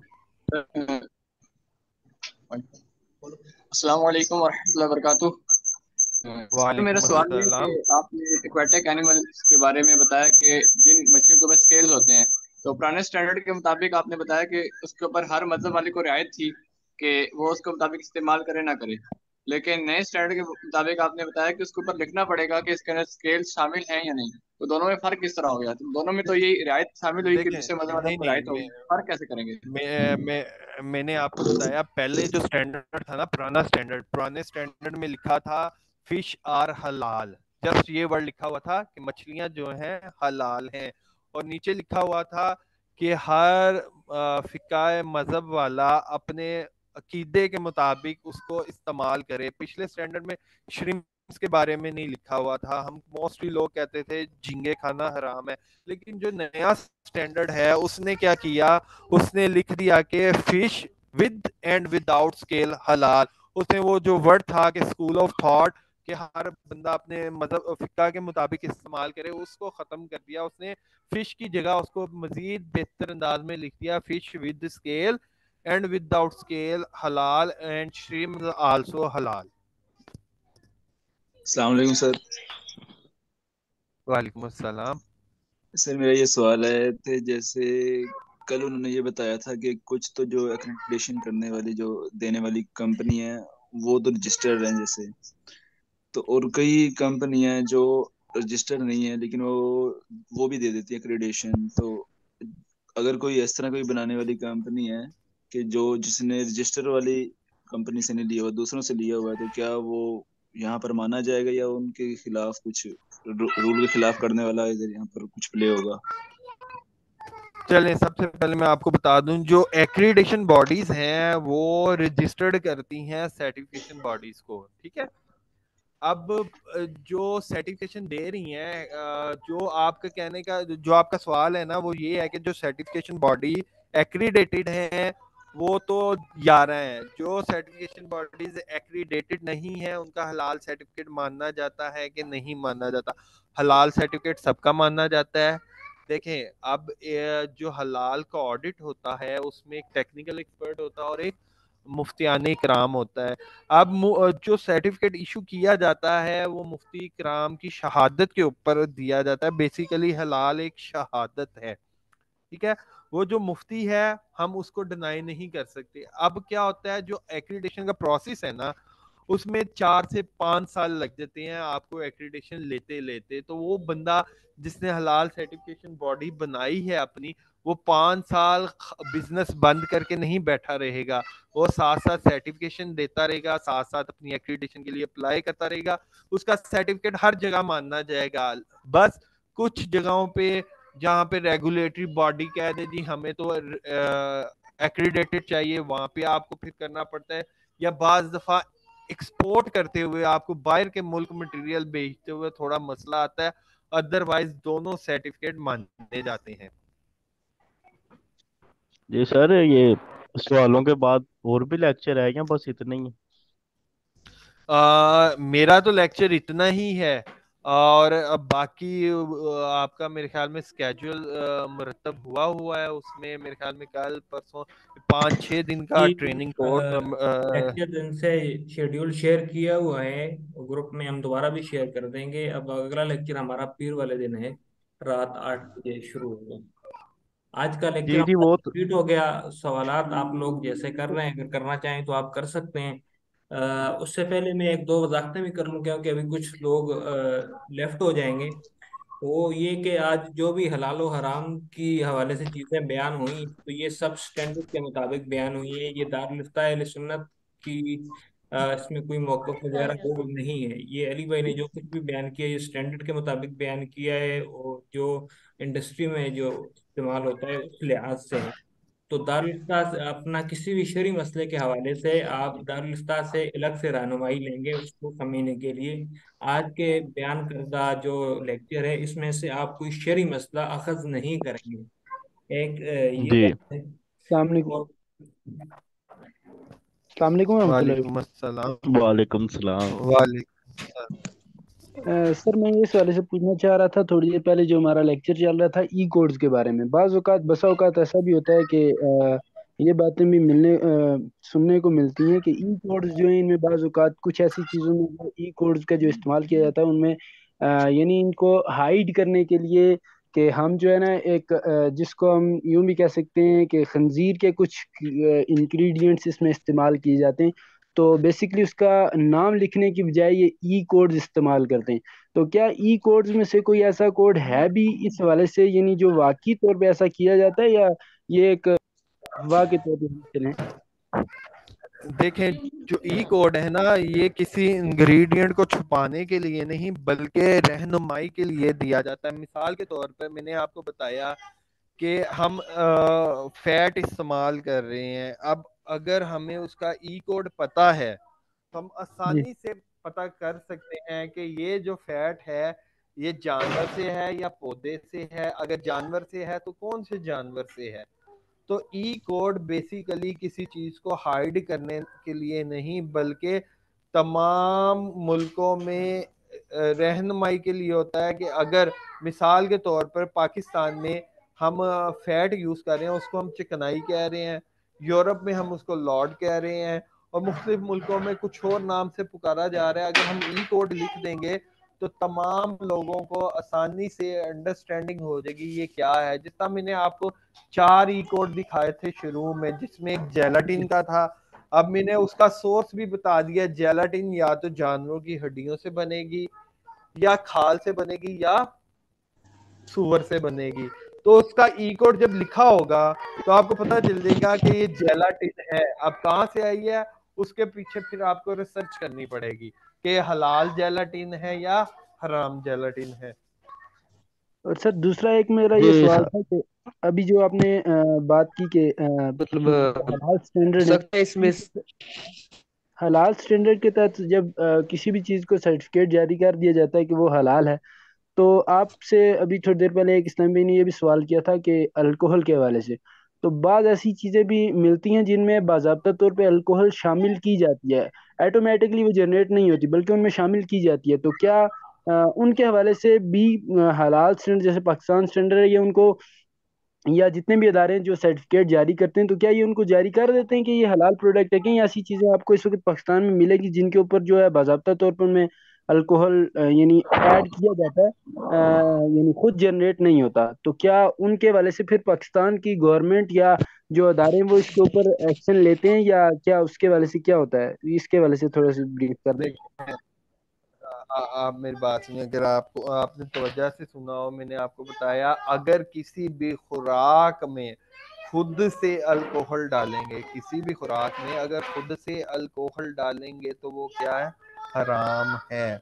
खुद से वो जितनी मर्जी डाल दें। और दूसरी बात, जो चीज हराम है उसको सर्टिफिकेट इशू नहीं किया जाता। अब अगर हम जी सर। बात करें यहाँ पे, जी जी जी मेरा सवाल ये है कि पाकिस्तान में बहुत से फेक ब्रांड्स भी हैं जो अपने प्रोडक्ट बेचने के लिए फेक ई कोड इस्तेमाल करते हैं, तो उस चीज को इस्तेमाल देखें करने के बारे में।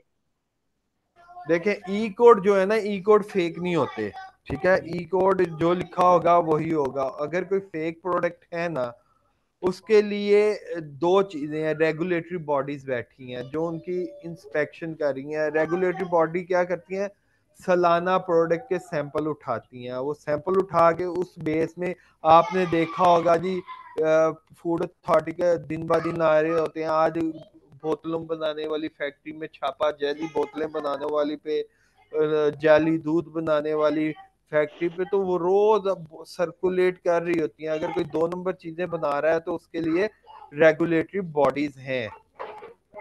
जी शुक्रिया। सर हम लेफ्ट हो सकते हैं? सर जी हम लेफ्ट हो जी जी सकते हैं? जी जी सर, आपकी ट्रेनिंग है, आप जब दिल चाहे लेफ्ट हो जाए। अस्सलाम वालेकुम। वालेकुम अस्सलाम। सर मेरे 2 सवाल थे ये स्टैंडर्ड के जी हवाले से। जी एक, ये आपने जी 2019 का शेयर किया है या 22 का? मैंने आपसे लेटेस्ट शेयर किया जो करंट चल रहा है अभी। 2022। जी जी इसके अंदर सारी बातें हैं, ये एक ये शरई तौर पे दुरुस्त है, ये पूछना था। और जो कल के लेक्चर के अंदर ए, ए, बताए गए थे इदारों के हवाले से, जो इनके इदारों की तहकीकात होती हैं, इसके ऊपर जी एतमाद कर सकते हैं या नहीं कर सकते? जो इदारों के नाम लिए गए थे, 100% देखें 100% क्वालिफाई हैं या नहीं? देखें, बात सुने, अगर हम लोग देखें, जो अदारे हैं ये हुकूमत की तरफ से इनको असनाद दी गई हैं कि जिसको भी सर्टिफिकेट देंगे पूरी जांच पड़ताल के बाद देंगे। और इन अदारों को जो लोग चला रहे हैं वो मुफ्तियान इकराम हैं, ठीक है। और वो मुफ्तियान इकराम हैं जिन्होंने दरस निज़ामी के साथ साथ PhD की डिग्रियां भी की हुई हैं, और उनका अपनी फील्ड के ऊपर 20-20 25-25 साल का तजर्बा है। अब अगर तो वो, एक तो हुकूमत ने उनको इजाजत दे दी, दूसरा वो मुफ्तियान इकराम है। तो ये जो हलाल सर्टिफिकेशन है, ये एज ए हम इसको समझ लें कि एक तरह का फतवा है कि ये वो किसी प्रोडक्ट को हलाल का फतवा दे रहे हैं, तो उसको हम आंखें बंद करके मान लेते हैं। अस्सलाम वालेकुम क्या सर रहमतुल्लाह। इसमें ऐसा भी होता है इसकी कि आप वजाहत फरमा रहे की हैं कि गई थी मुफ्तियाने कि कराम है, हमारे तो यहाँ क्या ऐसा भी होता है कि फतवा आम जो बंदा है वो जाकर सर्टिफिकेट देता है? एक एक करके, एक एक, जी जी पूछें।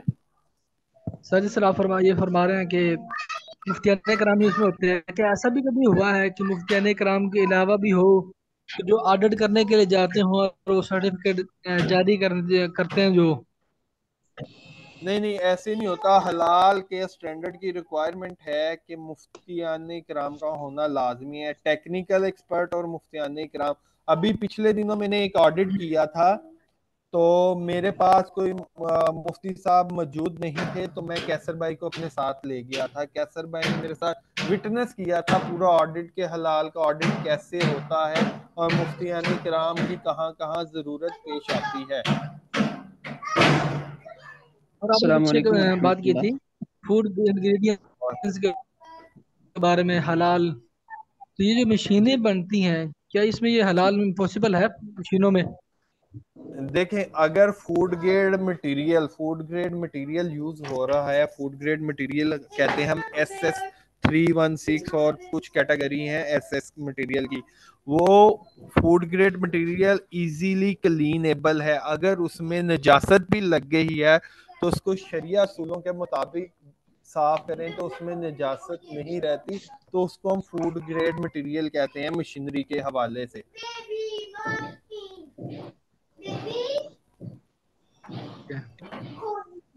अस्सलाम वालेकुम वरहमतुल्लाह। वालेकुम अस्सलाम। सर, दो चीज़ें बार बार डिस्कस की जा रही हैं, दो पॉइंट्स को।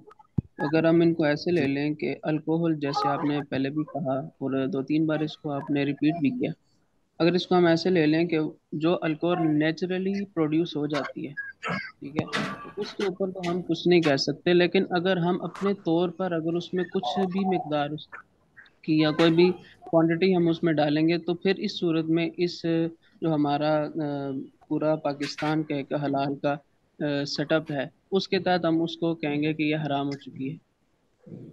देखिए मेरी बात सुने, कुरान मजीद में वर्ड आया खमर, ठीक है। खमर क्या है? खजूर और अंगूर से बनाई हुई शराब, वो हराम भी है और नापाक भी है। ठीक हो गया। पहली बात, कौन सी अल्कोहल हराम और नापाक है? वो है खमर। बाकी जितनी भी अल्कोहल है वो, अब मैं आप ना इस बात पे करेंगे, अल्कोहल जो है वो अस्सलाम हलाल वालेकुम है। रहमतुल्लाह। डॉक्टर अली, वालेकुम। मोहम्मद साजिद अर्ज कर रहा हूँ। जी जी। अल्कोहल के हवाले से भी हमारा अगले लेक्चर में मुकम्मल तफसील से गुफ्तगू होगी, शरीफ पॉइंट ऑफ व्यू भी उसमें डिस्कस किया जाएगा। तो जी जी। सुबह को मेरे ख्याल से इस पे ही इनको कह दें कि इस मौजू को जो है नेक्स्ट सेशन में रख लें। चलें। अस्सलाम वालेकुम। वालेकुम अस्सलाम। मेरा सवाल ये था कि ये जो अभी कहते हैं हमारे चल रहे लेक्चर, इसके अंदर लेक्चर के आखिर में ये कंपनी वाइज प्रोडक्ट के कहते हैं नाम हमारे को उसको बताए जाएंगे कि इनकी ये चीज़ें कहते हैं हलाल है हराम। नहीं नहीं, आपको किसी कंपनी का नाम लेके नहीं बताया जाएगा। ये कुछ आपको चीजें बता दी जाएंगी कि क्या क्या हराम होता है, वो फिर आप खुद सर्च करेंगे कि किस कंपनी में हलाल है नहीं है। पाकिस्तान में जो भी कंपनी है वो हलाल ही बना रही है।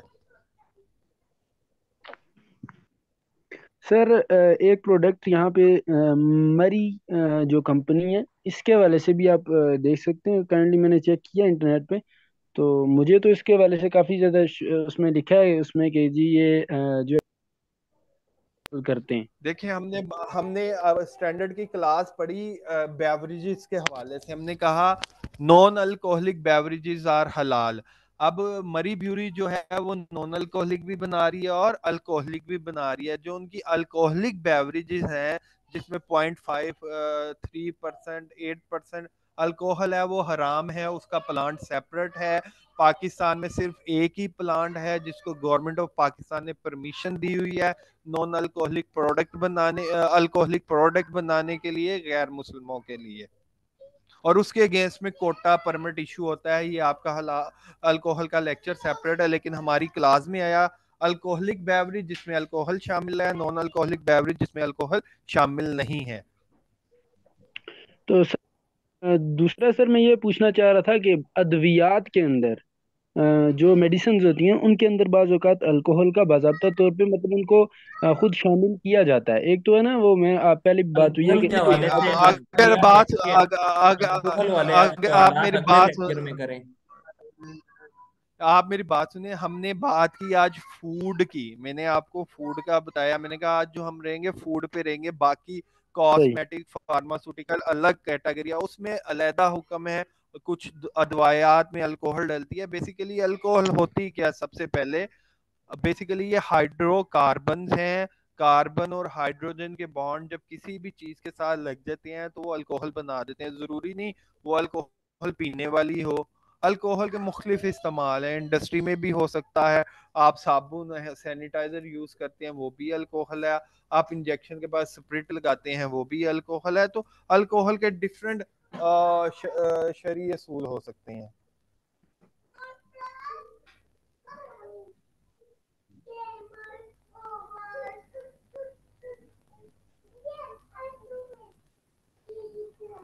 किसी और का कोई सवाल? जी अली भाई शुक्रिया। अभी हम क्लोज कर रहे हैं, फिर नमाज का टाइम भी हो गया है।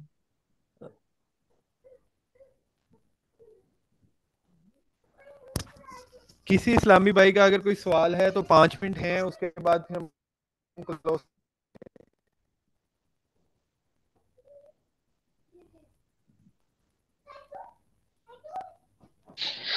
ये स्टैंडर्ड जो है ये उर्दू के अंदर मिल जाएगा नेट पे?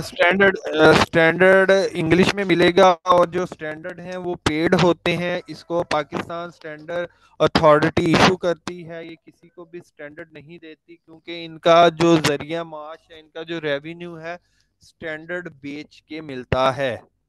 तो आपको ये अदारा free of cost standard issue नहीं करता।